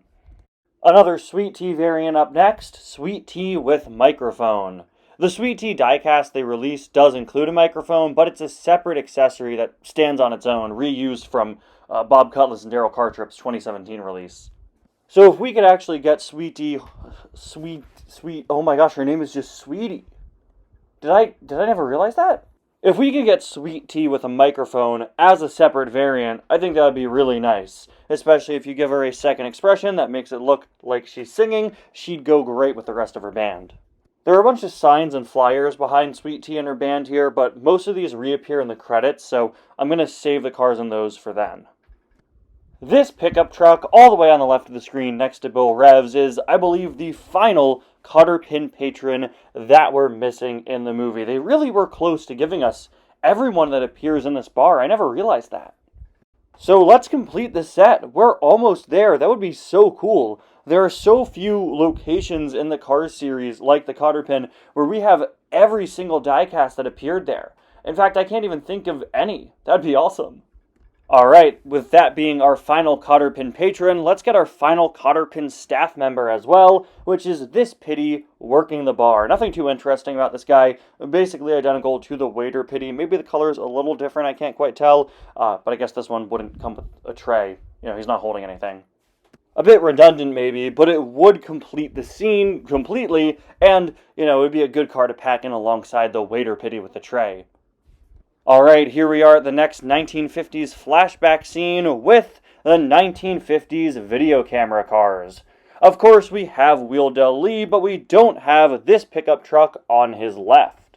This guy is a 50s pickup truck, very similar, same type of model as a lot of the cars that we saw in the earlier Doc Crash flashback, but of course, what could set him apart is his camera, which should definitely come in as an accessory. And on the subject of that, I would really like to see a re-release of Wheeldell Lee with his video camera. It always really disappointed me that Wheeldell didn't come with one. I understand he's a rather large item, especially for a single, but it really is a shame that they never packed him in with that video camera. And this 50s camera pickup truck is just so cool, with the brown and black color scheme and just an old school camera. We've got another one that looks to be the Mallory Carhut mold, one that's similar in appearance to Junior Moon, and all the way there on the right is one that's that Jet Robinson mold we've seen several times in the background now. Once again, they are just sitting on a goldmine of incredibly cool diecasts with these 50s background characters. What an incredible bunch of cars we could have. One item we really need from this scene is an updated Heyday Louise Nash. Technically, we have a Heyday Louise Nash from a 2017 4-pack, but she was barely a repaint of the original Louise. The color is nowhere near as starkly different as it is in the movie, and her whole top area is the complete wrong color. So let's please get a fixed Heyday Louise. She absolutely deserves it. We've had excellent Heyday versions of River and Junior for years now. Please, let's have one for Louise Nash as well. Also in this shot, I just have to highlight this super cool two-toned blue pickup truck, as well as yet another 1950s tow truck. Again, absolute goldmine of diecast concepts in these few flashbacks. From 2019 to 2021, we got more than enough 50s racers to leave me more than satisfied, but I would not be disappointed at all if they went back and gave us the ones that were still missing. Like this guy right here, Racer 29 Buford Camshaft. This is a character who has a much more interesting history outside of the movie than he has within it. In the movie, he's just a background car that we see a little bit. Doc passes in front of him here. But outside of the movie, well, he was supposed to be represented by Darren Leadfoot in the 2018 Thomasville Racers line, but that item was canceled. That would have put him in a very similar situation to Rusty Dipstick earlier, where we have the racer in modern day painted like them, but are still missing the flashback one. With the cancellation of that, we're missing both. Buford was also featured in a Cars magazine comic, which is how we have a good enough look at him to be able to read his name on the side. Since we have a dirt track version of the fabulous Hudson Hornet from Cars 3, I'd really like to see a dirt track version of Leroy Hemming, the car he flips over as well. And if we're giving that to Leroy Hemming, we may as well give Luis, River, and Junior Heyday dirt track variants as well. But let's get that corrected Heyday Luis first before we do this. Some more really cool background cars when Doc does his flip, like this two-tone red and black pickup truck. And also this car, because come on, look at that face. Who wouldn't want to get that? Before we get out of the 50s segment, I want to mention two more background racers. I couldn't pinpoint exactly where these guys appear in the movie, if they're in Thomasville, or maybe they were in the beach race earlier. Regardless, I couldn't pin these two characters down, but we do have good looks at them, thanks to the Cars 3 Generations web quiz, which was a thing back in 2017. It was like a BuzzFeed-esque quiz on the Disney website where they would tell you what Piston Cup generation you were after you answered some questions, and they would show you different characters from each generation, including this guy right here, Legend Racer number 12. This guy is really cool because he's sponsored by Fireball Beach. If you look at his side, it looks like it says Fireball Beach Fire Co., and the logo there is I'm pretty sure the same one that we see in some of the Fireball Beach maps in the Cars 3 video game. So, super cool sponsor. There's also Legend Racer number 82, whose name, according to his roof, is Trick Guzzler. He's sponsored by Lucky's Bar and Grill, and I really love his design with all the different card suits and the black and white color scheme. This is probably my favorite Legend design that we don't have yet. We already have the fabulous Hudson Hornet with Tire from this flashback scene where the tire falls down and hooks around his hood ornament, but how about Doc with all the things stacked up on him before it falls down? It's another one of those cases where there are two very similar variants of a character from the same scene, so it makes the one we don't have feel a lot less likely, but it's not often we get new Doc variants, so if they could find a way to pull this off and make all the accessories stacked on him stable and fit in the packaging just fine, I would really appreciate it. Cruz Ramirez as Jackson Storm, the single most important Cars 3 diecast missing from the toy line.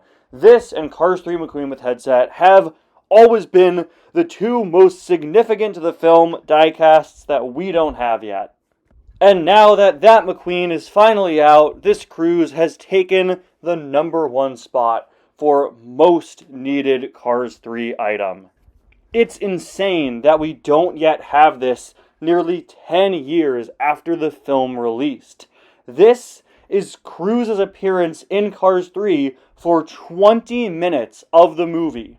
And what makes the fact that this isn't out yet sting even more is the fact that it was supposed to be out all the way back in 2018. We had images of it and then it got canceled. Mattel did release 2 mini racers of this Cruz at around the time this one was supposed to come out in 2018, where they named her Thomasville Cruz. I was never the biggest fan of that name, but I don't mind it. She had both a regular and glow-in-the-dark mini racer release. In addition to that, both the Disney Store and Tomica released this item. It is way past due for the 155 scale diecast line to make this Cruz.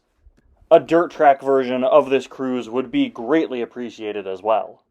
Here is Guido with checkered flag, one I'm a little surprised we don't have, especially because we have Luigi with his flag from this movie. Luigi and Guido are 2 of my favorite characters to collect. I always love when they make new variants of them, and despite them having a whole lot of screen time here in Cars 3, more than all the other Radiator Springs cars, they don't have too many different looks in the movie, so this would be greatly appreciated. Smokey with trailer. As he trains with McQueen, Smokey is hitched to a trailer covered in hay bales with Guido riding on it, throwing different obstacles at McQueen. Now we did get the Training with Smokey 5-pack that included hay bales that you could fit into the back of Smokey, but they never released him with this trailer attached. I think the best way to do this would be as a 2-pack. Smokey with the trailer attached, hitchable to him via the trailer system from the Route 66 road trip line, packed in with Guido. So we have a longer car and a shorter car, kind of like what they tried to do this year with the red 2-pack. And you could have the hay bales molded on, and maybe pack in one of the pre-existing hay bale accessories as a removable one. But on the subject of Guido and Guido variants, a version of him carrying a hay bale would be a really good one to pack in with this Smokey with trailer concept. Or if you don't do Smokey with trailer, you could just release this Guido holding a hay bale, either with Luigi or maybe with some other hay bale accessories. Just reuses of the ones we already have. Legend number 8 has a surprisingly high amount of screen time for a background racer we're still missing. This is the guy we see when Smokey teaches McQueen about drafting.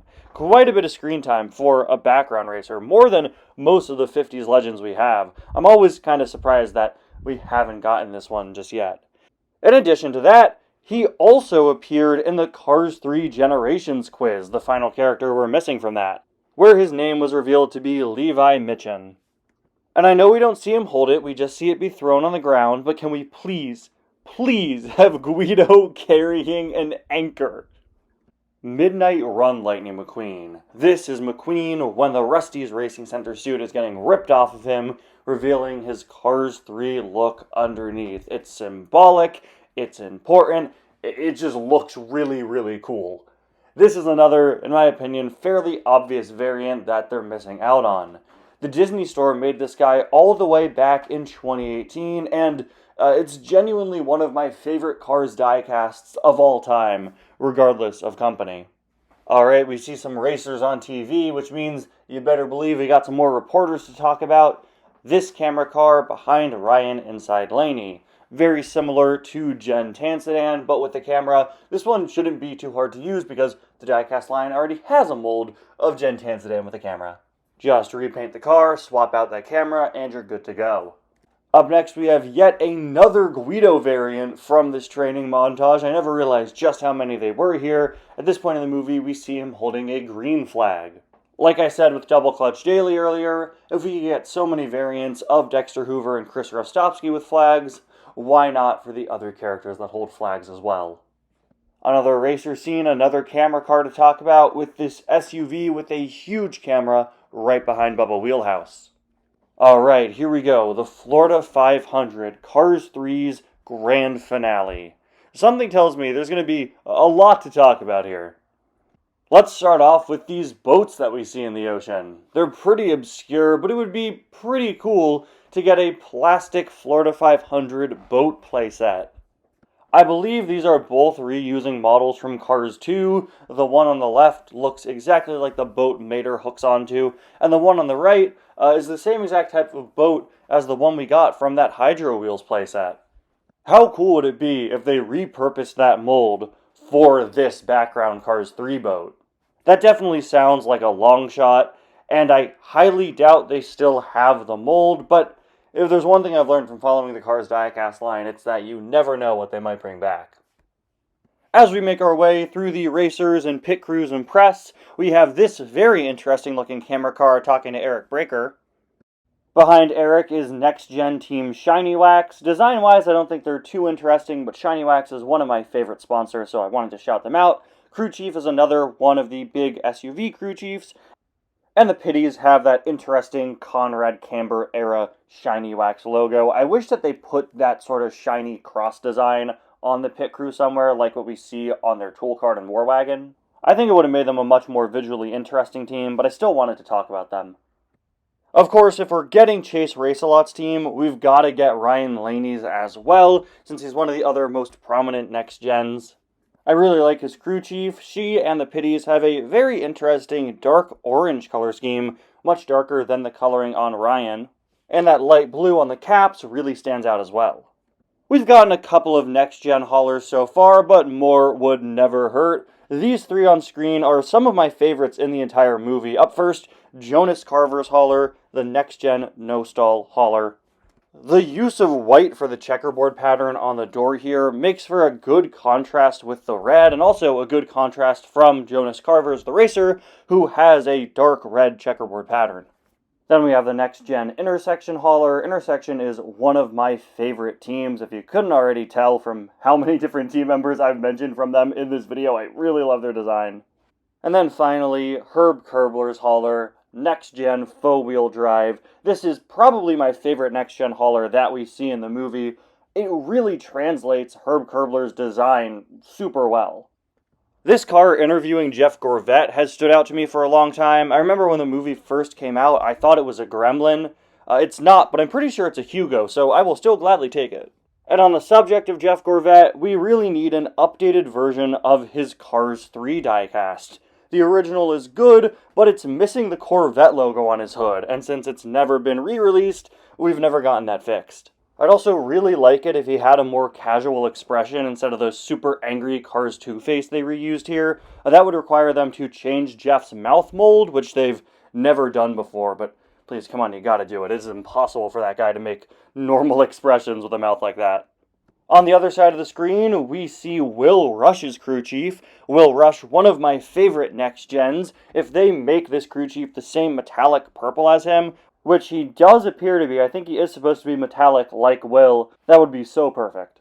Mater with his piston cup hat. Yet another Mater with hat that is missing.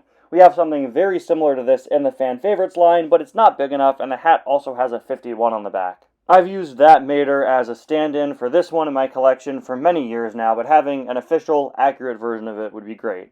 Chase Race-A-Lot's crew chief, another one that's very important to get, not only because he's the crew chief of one of the most prominent racers in the film, but also because he's stationed right next to McQueen's pit row, so a bit more screen time for this guy than some of the other crew chiefs. And the same is true for the Revengo crew chief. She is on the other side of McQueen's pit, and because of that also shows up in the background of a lot of shots. Earlier on in the video, I talked about how much I love the background race fans that are fans of background characters, and how badly I want them in the diecast line. I first noticed them while watching the Florida 500, spotting several of them behind McQueen's pit row, like this SUV Vitaline fan with a big V hat on him.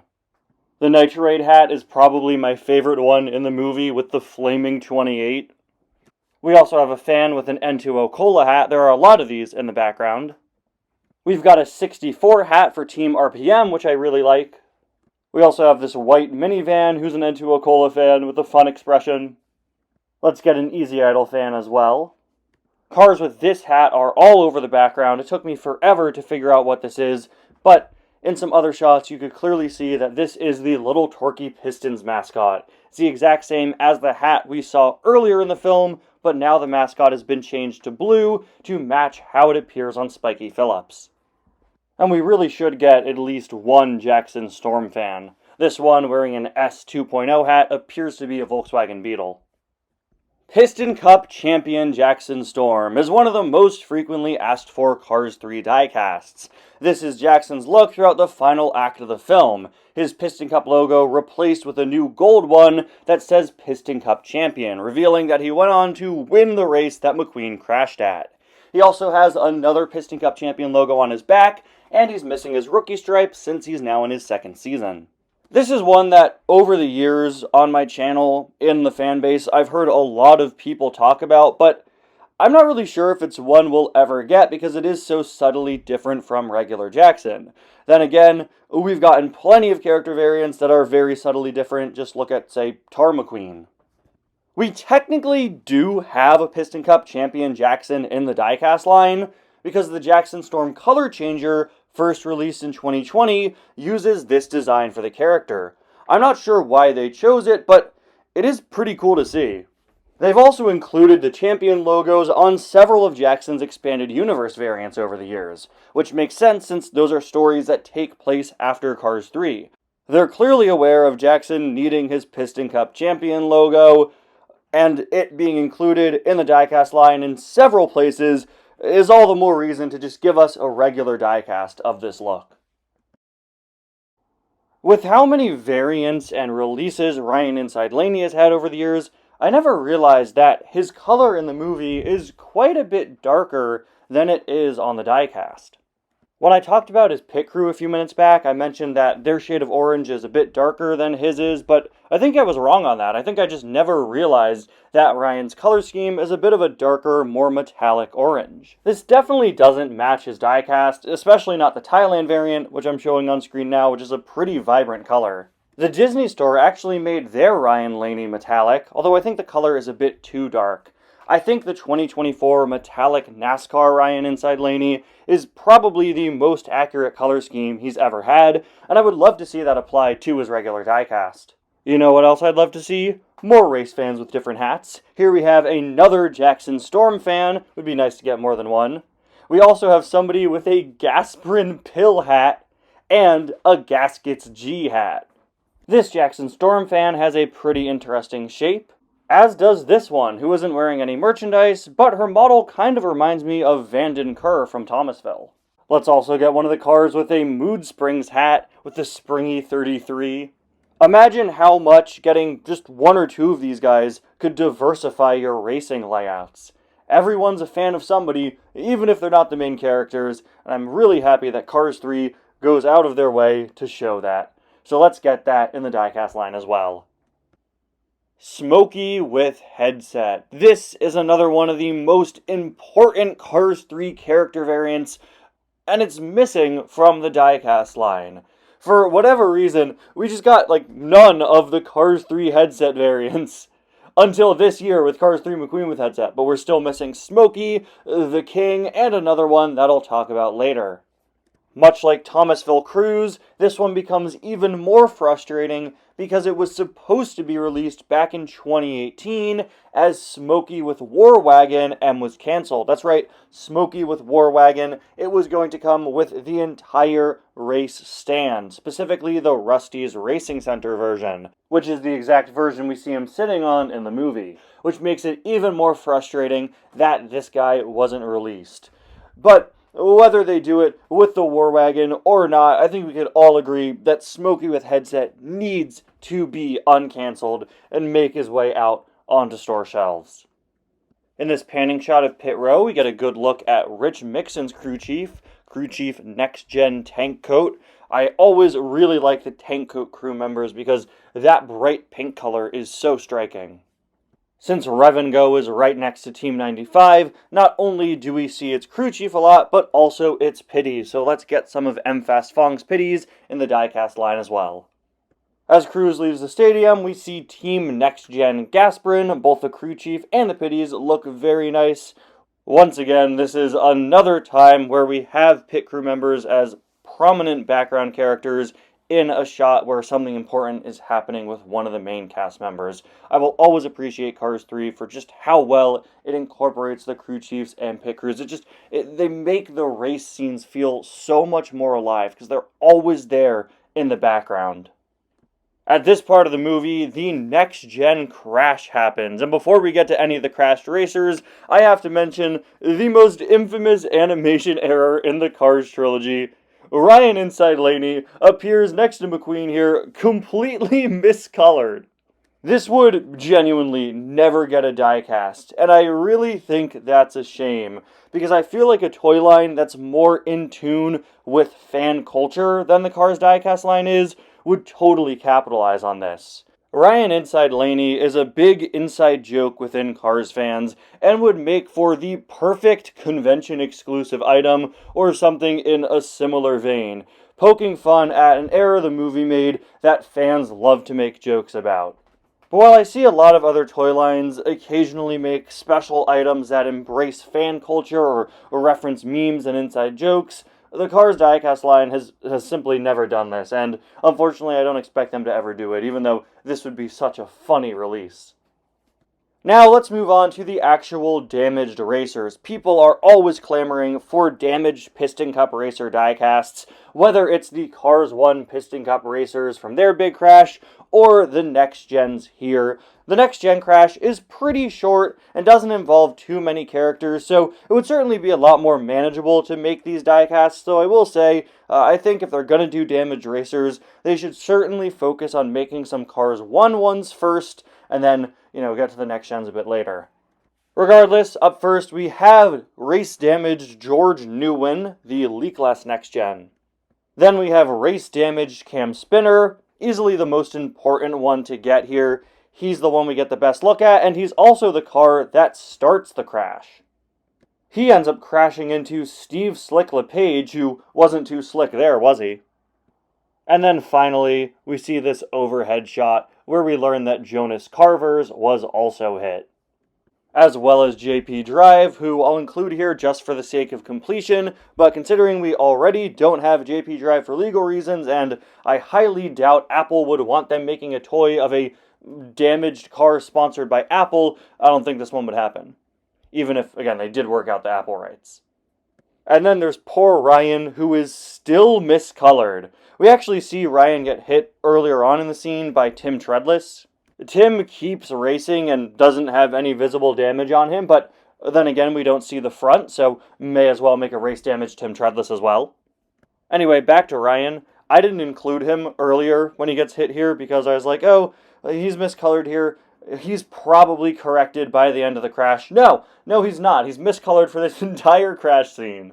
And as much as I want to see a sort of joke release of miscolored Ryan Inside Laney, I don't want to get a miscolored damaged Ryan Inside Laney, if that makes sense. If they are to do a race damaged Ryan, I would just want it to be normal Ryan. I would want them to ignore this animation error and just make it, a regular damaged Ryan. It would be a lot more useful.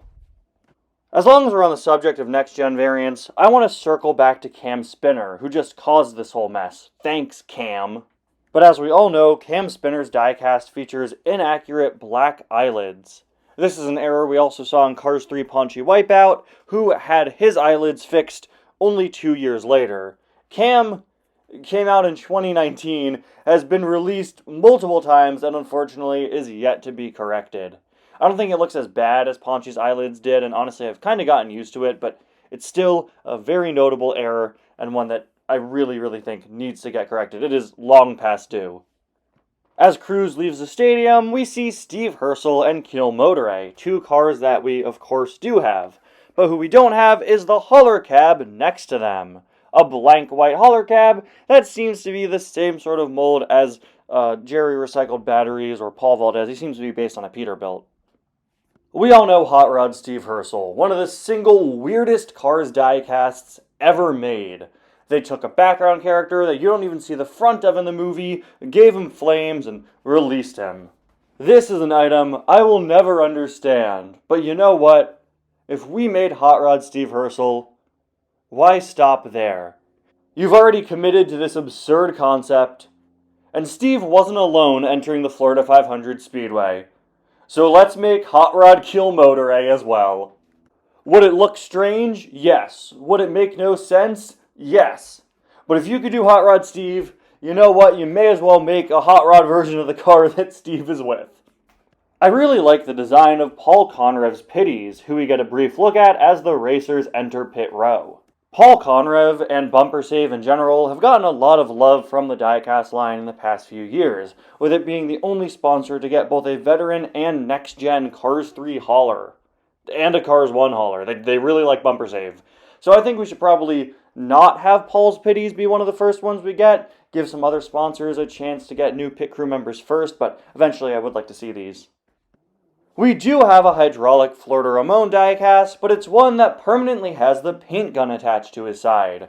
Which makes sense, this is how he looks when he starts painting Cruz, but as you can see in the shot where he tells McQueen he has his paints, he doesn't have the paint gun just yet. As nice as it is to have different Ramon variants with his paint gun, I think since it's a non-removable accessory, any Ramon that has a paint gun should also have a version of it without. Because as it currently stands, the only way to have a hydraulic Fleur de Ramon is one that permanently has this accessory on the side, so let's get a version of him without it.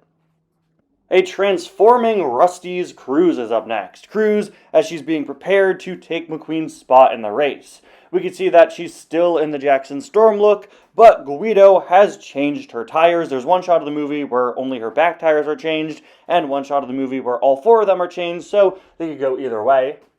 Then when we get a back view of Cruz, we see that the tape that was put on her to make her look like Storm has been removed. So this is a diecast that exists in several stages, and I think you could pick any of the different stages to make a diecast. Ideally, I think you should do one with the 4 Rusty's tires and no tape. That would look the most different. And then I think you could do a separate variant that's Cruz in her Jackson Storm look, where the front wheels are the Jackson Storm wheels and the back are the Rusty's ones. Luigi with sign. Luigi is in charge of holding the sign for Team 95 in the Florida 500 race, just like Mater was in the first movie, who we do have a diecast of. Once again, I love getting Luigi and Guido variants, and I also love getting all the different pit crew versions of the Radiator Springs cars. And since most of them don't have new pit crew looks in this movie, this would be a really nice one to get. And I think it would be paired perfectly with a Guido with the yellow tool gun that I suggested earlier. Alright, we've moved on to the racing tractor scene. We've gotten a lot of these in the diecast line, but a lot of the ones we've gotten are not ones that appear in the movie. Surprisingly, we're still missing the very first tractor that Cruz imagines, Rich Mixon, the tank coat racing tractor. This guy was canceled back in 2019, and while you can get a cheap bootleg based on it on eBay, of course, we're missing an uncancellation, an official release. In one of my older Cars That Should Be Made episodes, I included transforming Rich Mixon as a diecast concept, and I just think that's too funny to not include again. I mean, look at this visual. Imagine getting this as a diecast. I need to remember I should totally put this image in the next Cars Randomness as the weird picture I put between sketches. The only other tractor from this first main shot of all the tractors that hasn't been made yet is Nick Shift, the Spearmint racing tractor, the blue one right behind Rich Mixon. Up next, we have the Combustor and Gaskets racing tractors, the next two that were missing. Combustor being another one that was supposed to be released in 2019, but got cancelled. We also get a brief look at the front of the Gaskets tractor in a later shot. We also get a brief look at an RPM racing tractor. This is another one that we see the front of a little later. It's on the left of Cruz. As Cruz zooms off, we see a no-stall tractor in the way back. This was yet another racing tractor that was supposed to be released in 2019 and got canceled. A real shame. This is one of my favorite ones.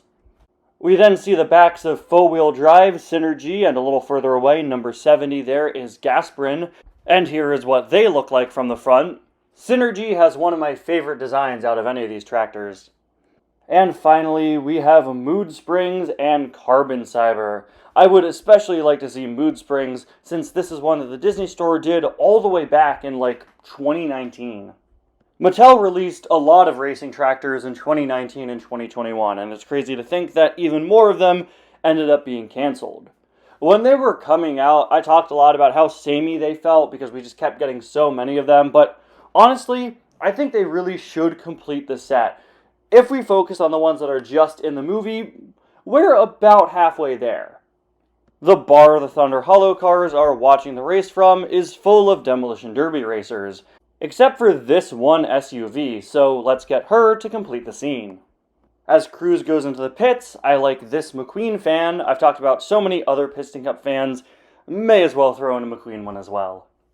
We also see a few more pit crews here, including the crew chief and pitties for Next Gen Nitroade. Nitroade is such a great sponsor with such a cool color scheme, and the Diecast line loves Tim Treadless, so let's get his pit crew out. And on the subject of Tim Treadless, I need to take a break for a moment to talk about him, because much like Cam Spinner, this is a Next Gen that really needs an updated diecast. In the movie, Tim Treadless's front starts out as this reddish-orange color and fades to black. But on the diecast, the whole front half of Tim is just painted entirely black. This is something that both the Disney Store variant and Mattel's own mini racer of Tim got correct, but the diecast didn't, and to this day, it's never been fixed. I don't really mind how Tim's diecast looks. I actually kind of prefer it to the movie design, but a corrected Tim Treadless is long overdue. We also get to see the Combustor crew chief in this shot. Combustor, like I said earlier, is one of my favorite sponsors, and I mentioned the pitties way earlier in the video, so let's get the crew chief too. Since I mentioned getting race day variants for McQueen, Cal, and Bobby earlier, variants covered in the dirt and grime from racing, I think it only makes sense to give Rusty's crews one as well. I almost didn't include this, since this detail does appear on Track Damage Crews, which is an absolutely fantastic diecast, but Track Damage Crews is based on how Cruz looks during/after Jackson has slammed her against the wall. So to have a regular Cruz with that dirt detailing without all the additional track damage would fit how she appears for several scenes of the movie. Once Cruz wins the race, she starts doing donuts, these smoke circles, and I always thought this would be a really fun diecast idea. This is another one that I put in an old Cars That Should Be Made episode, and it's stuck with me ever since. We've gotten several cars with flames, but to have this Cruz with sort of clear, white plastic smoke shooting out of her would be a nice, fun one to commemorate this iconic scene at the end of the film. This next one's gonna sound like a joke, but it's not a joke, okay? I want a sad Cal Weathers variant. Just an expression variant of Cal where he looks sad or disappointed. Maybe it's because I like Cal so much, he's like my favorite Cars character. But man, I think this would be really funny because there are so many jokes in Cars 3 at Cal's expense. To have a diecast that just shows him looking kind of disappointed at that would be really funny, and I think it would just really work as an expression variant. By the police cars I talked about way earlier in the video is this big metallic SUV. I don't know who she is, I guess technically a press car, but it's another press car without any accessories. In the final scene at Willie's Butte, we have another Mater with hat. Mater with his Dinoco dinosaur hat. As we come to the end of the movie, it really is shocking to me how many Mater with hat variants we have that are not in the diecast line. It'll always be crazy that 3 of the 4 we have in the diecast line are not ones Mater wore in the movie. Like, how did that happen? They're sitting on an absolute gold mine of variants yet to be made of one of the most popular Cars characters. It's shocking to me that we haven't gotten these. And this, I think, is probably one of the easiest ones to make. You know, the hat is flat and could pretty easily be put into packaging. It's just a piece you have to attach to Mater. And come on, it's a pretty great one, too. It's just a giant Dynaco logo. We have another Mater variant, and now another Ramon variant, Hydraulic Saludos Amigos Ramon. We already have the regular version of this Ramon released back in 2021, but like I said when I was talking about Florida Ramon earlier, if we've got the normal version, you may as well make the hydraulic version as well. And hey Disney, Mattel, you guys don't even have to make new artwork for this one, because the artwork for regular Saludos Amigos Ramon already has his hydraulics up. Look how that worked out. I love Fabulous Lightning McQueen. This is one of my favorite paint jobs in the entire Cars series.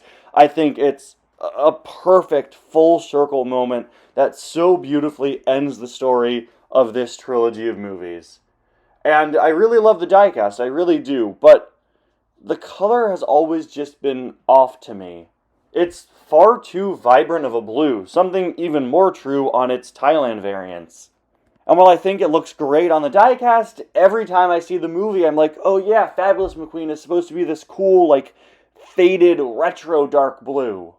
The color scheme so cleverly makes him feel like he's this classic, old-school racer, and I think the diecast is just a bit too bright. I think the color changer of Fabulous McQueen gets this color perfectly, and I'd really love to see an updated version of Fabulous McQueen that just has this more correct color. I'm not usually this nitpicky when it comes to, like, color schemes and stuff, but a McQueen this cool and this important to the Cars series deserves to be as accurate as possible. And on the subject of Fabulous McQueen, my final suggestion for the movie, before we move on to all the wacky cars in the credits, is actually not a request for a new item, but simply a 2-pack that somehow doesn't exist.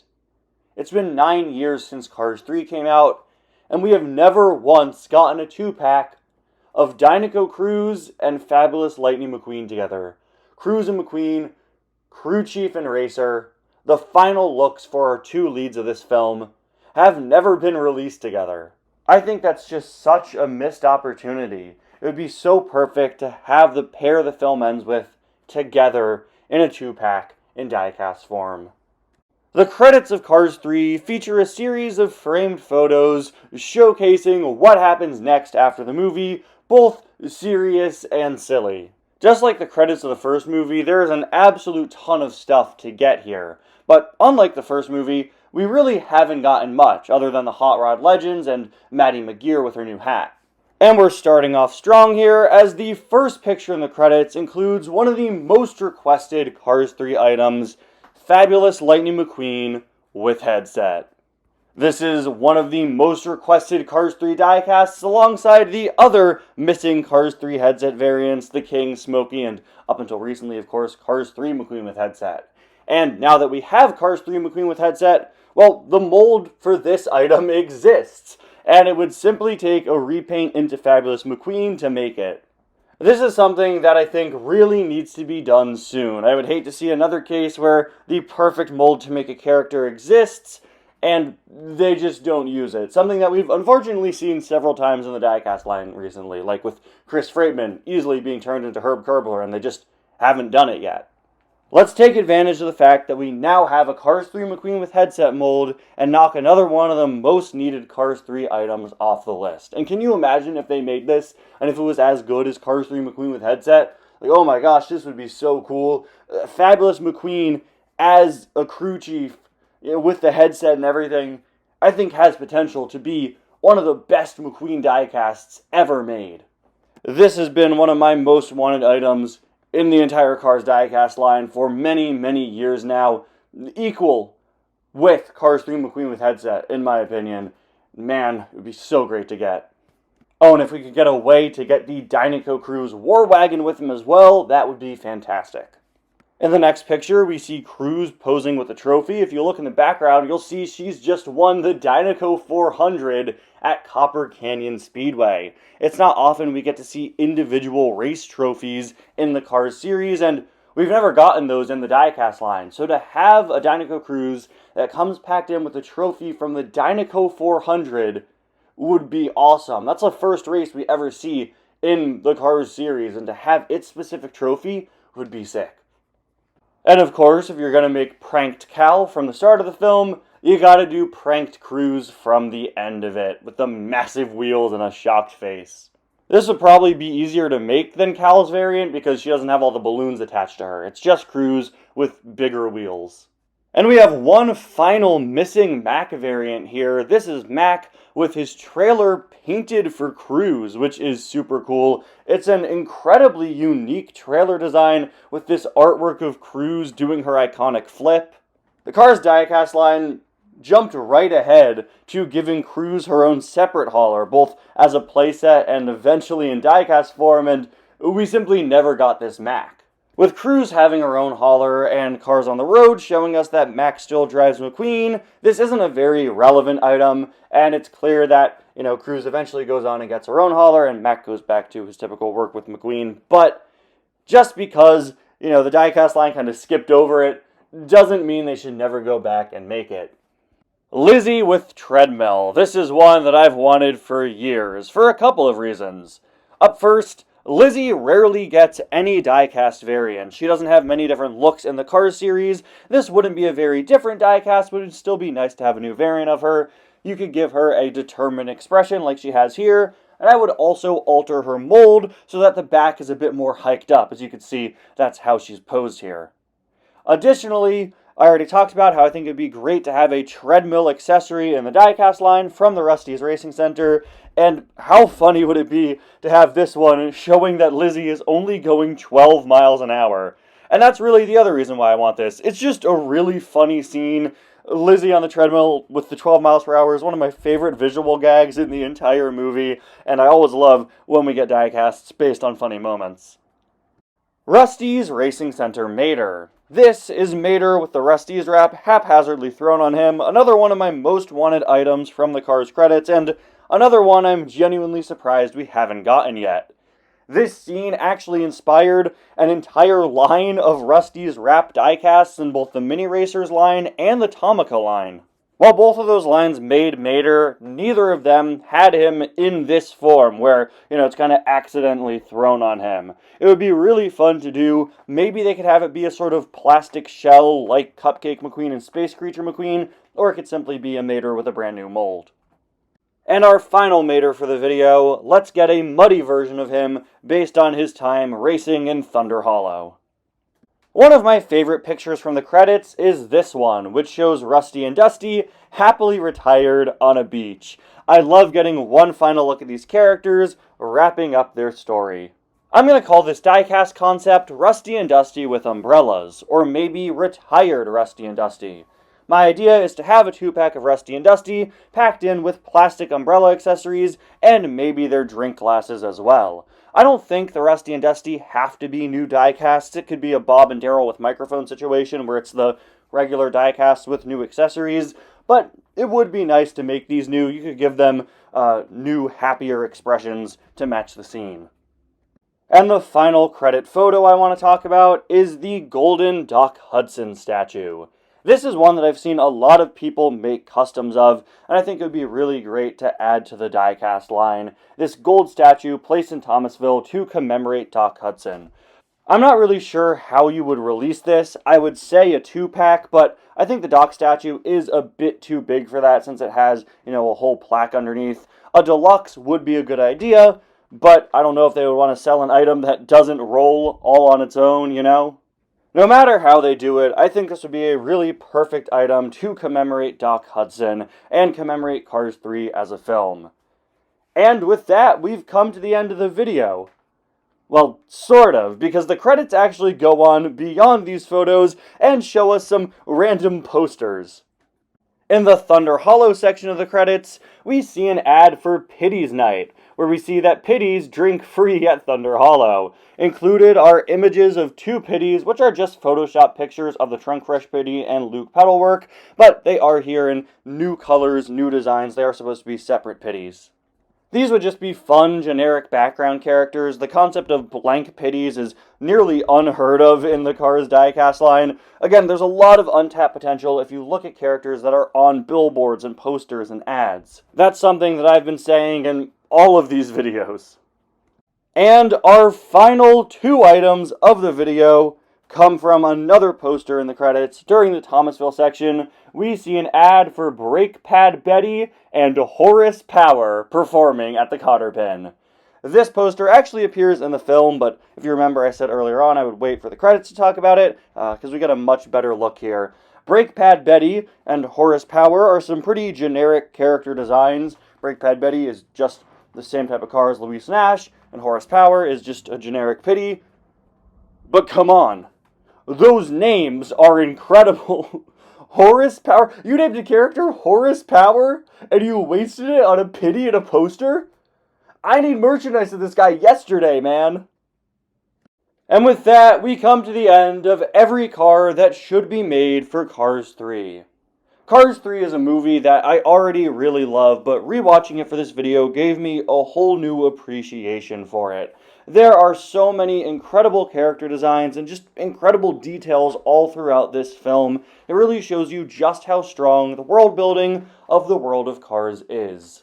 I hope this video shows you just how great Cars 3's design choices are. And I hope it also shows that we've barely scratched the surface when it comes to potential diecasts to make from this movie. The Cars Diecast line is in a very strange spot right now where we're barely getting any film releases, but I think that this video and other things like it, fan-made lists and customs and ideas, prove that there is still so much out there that could be made from the Cars movies. Anyway guys, thank you all so much for watching this video. If you watched the whole thing, or if you just watched a little bit, I appreciate it regardless. If you like what you saw, please consider subscribing to the channel. I make Cars content all the time. Let me know down in the comments what cars I missed out that you want to see made from Cars 3, and stay tuned, because the next Every Car That Should Be Made is coming sooner than you might think. I'll see you guys next time. Bye now.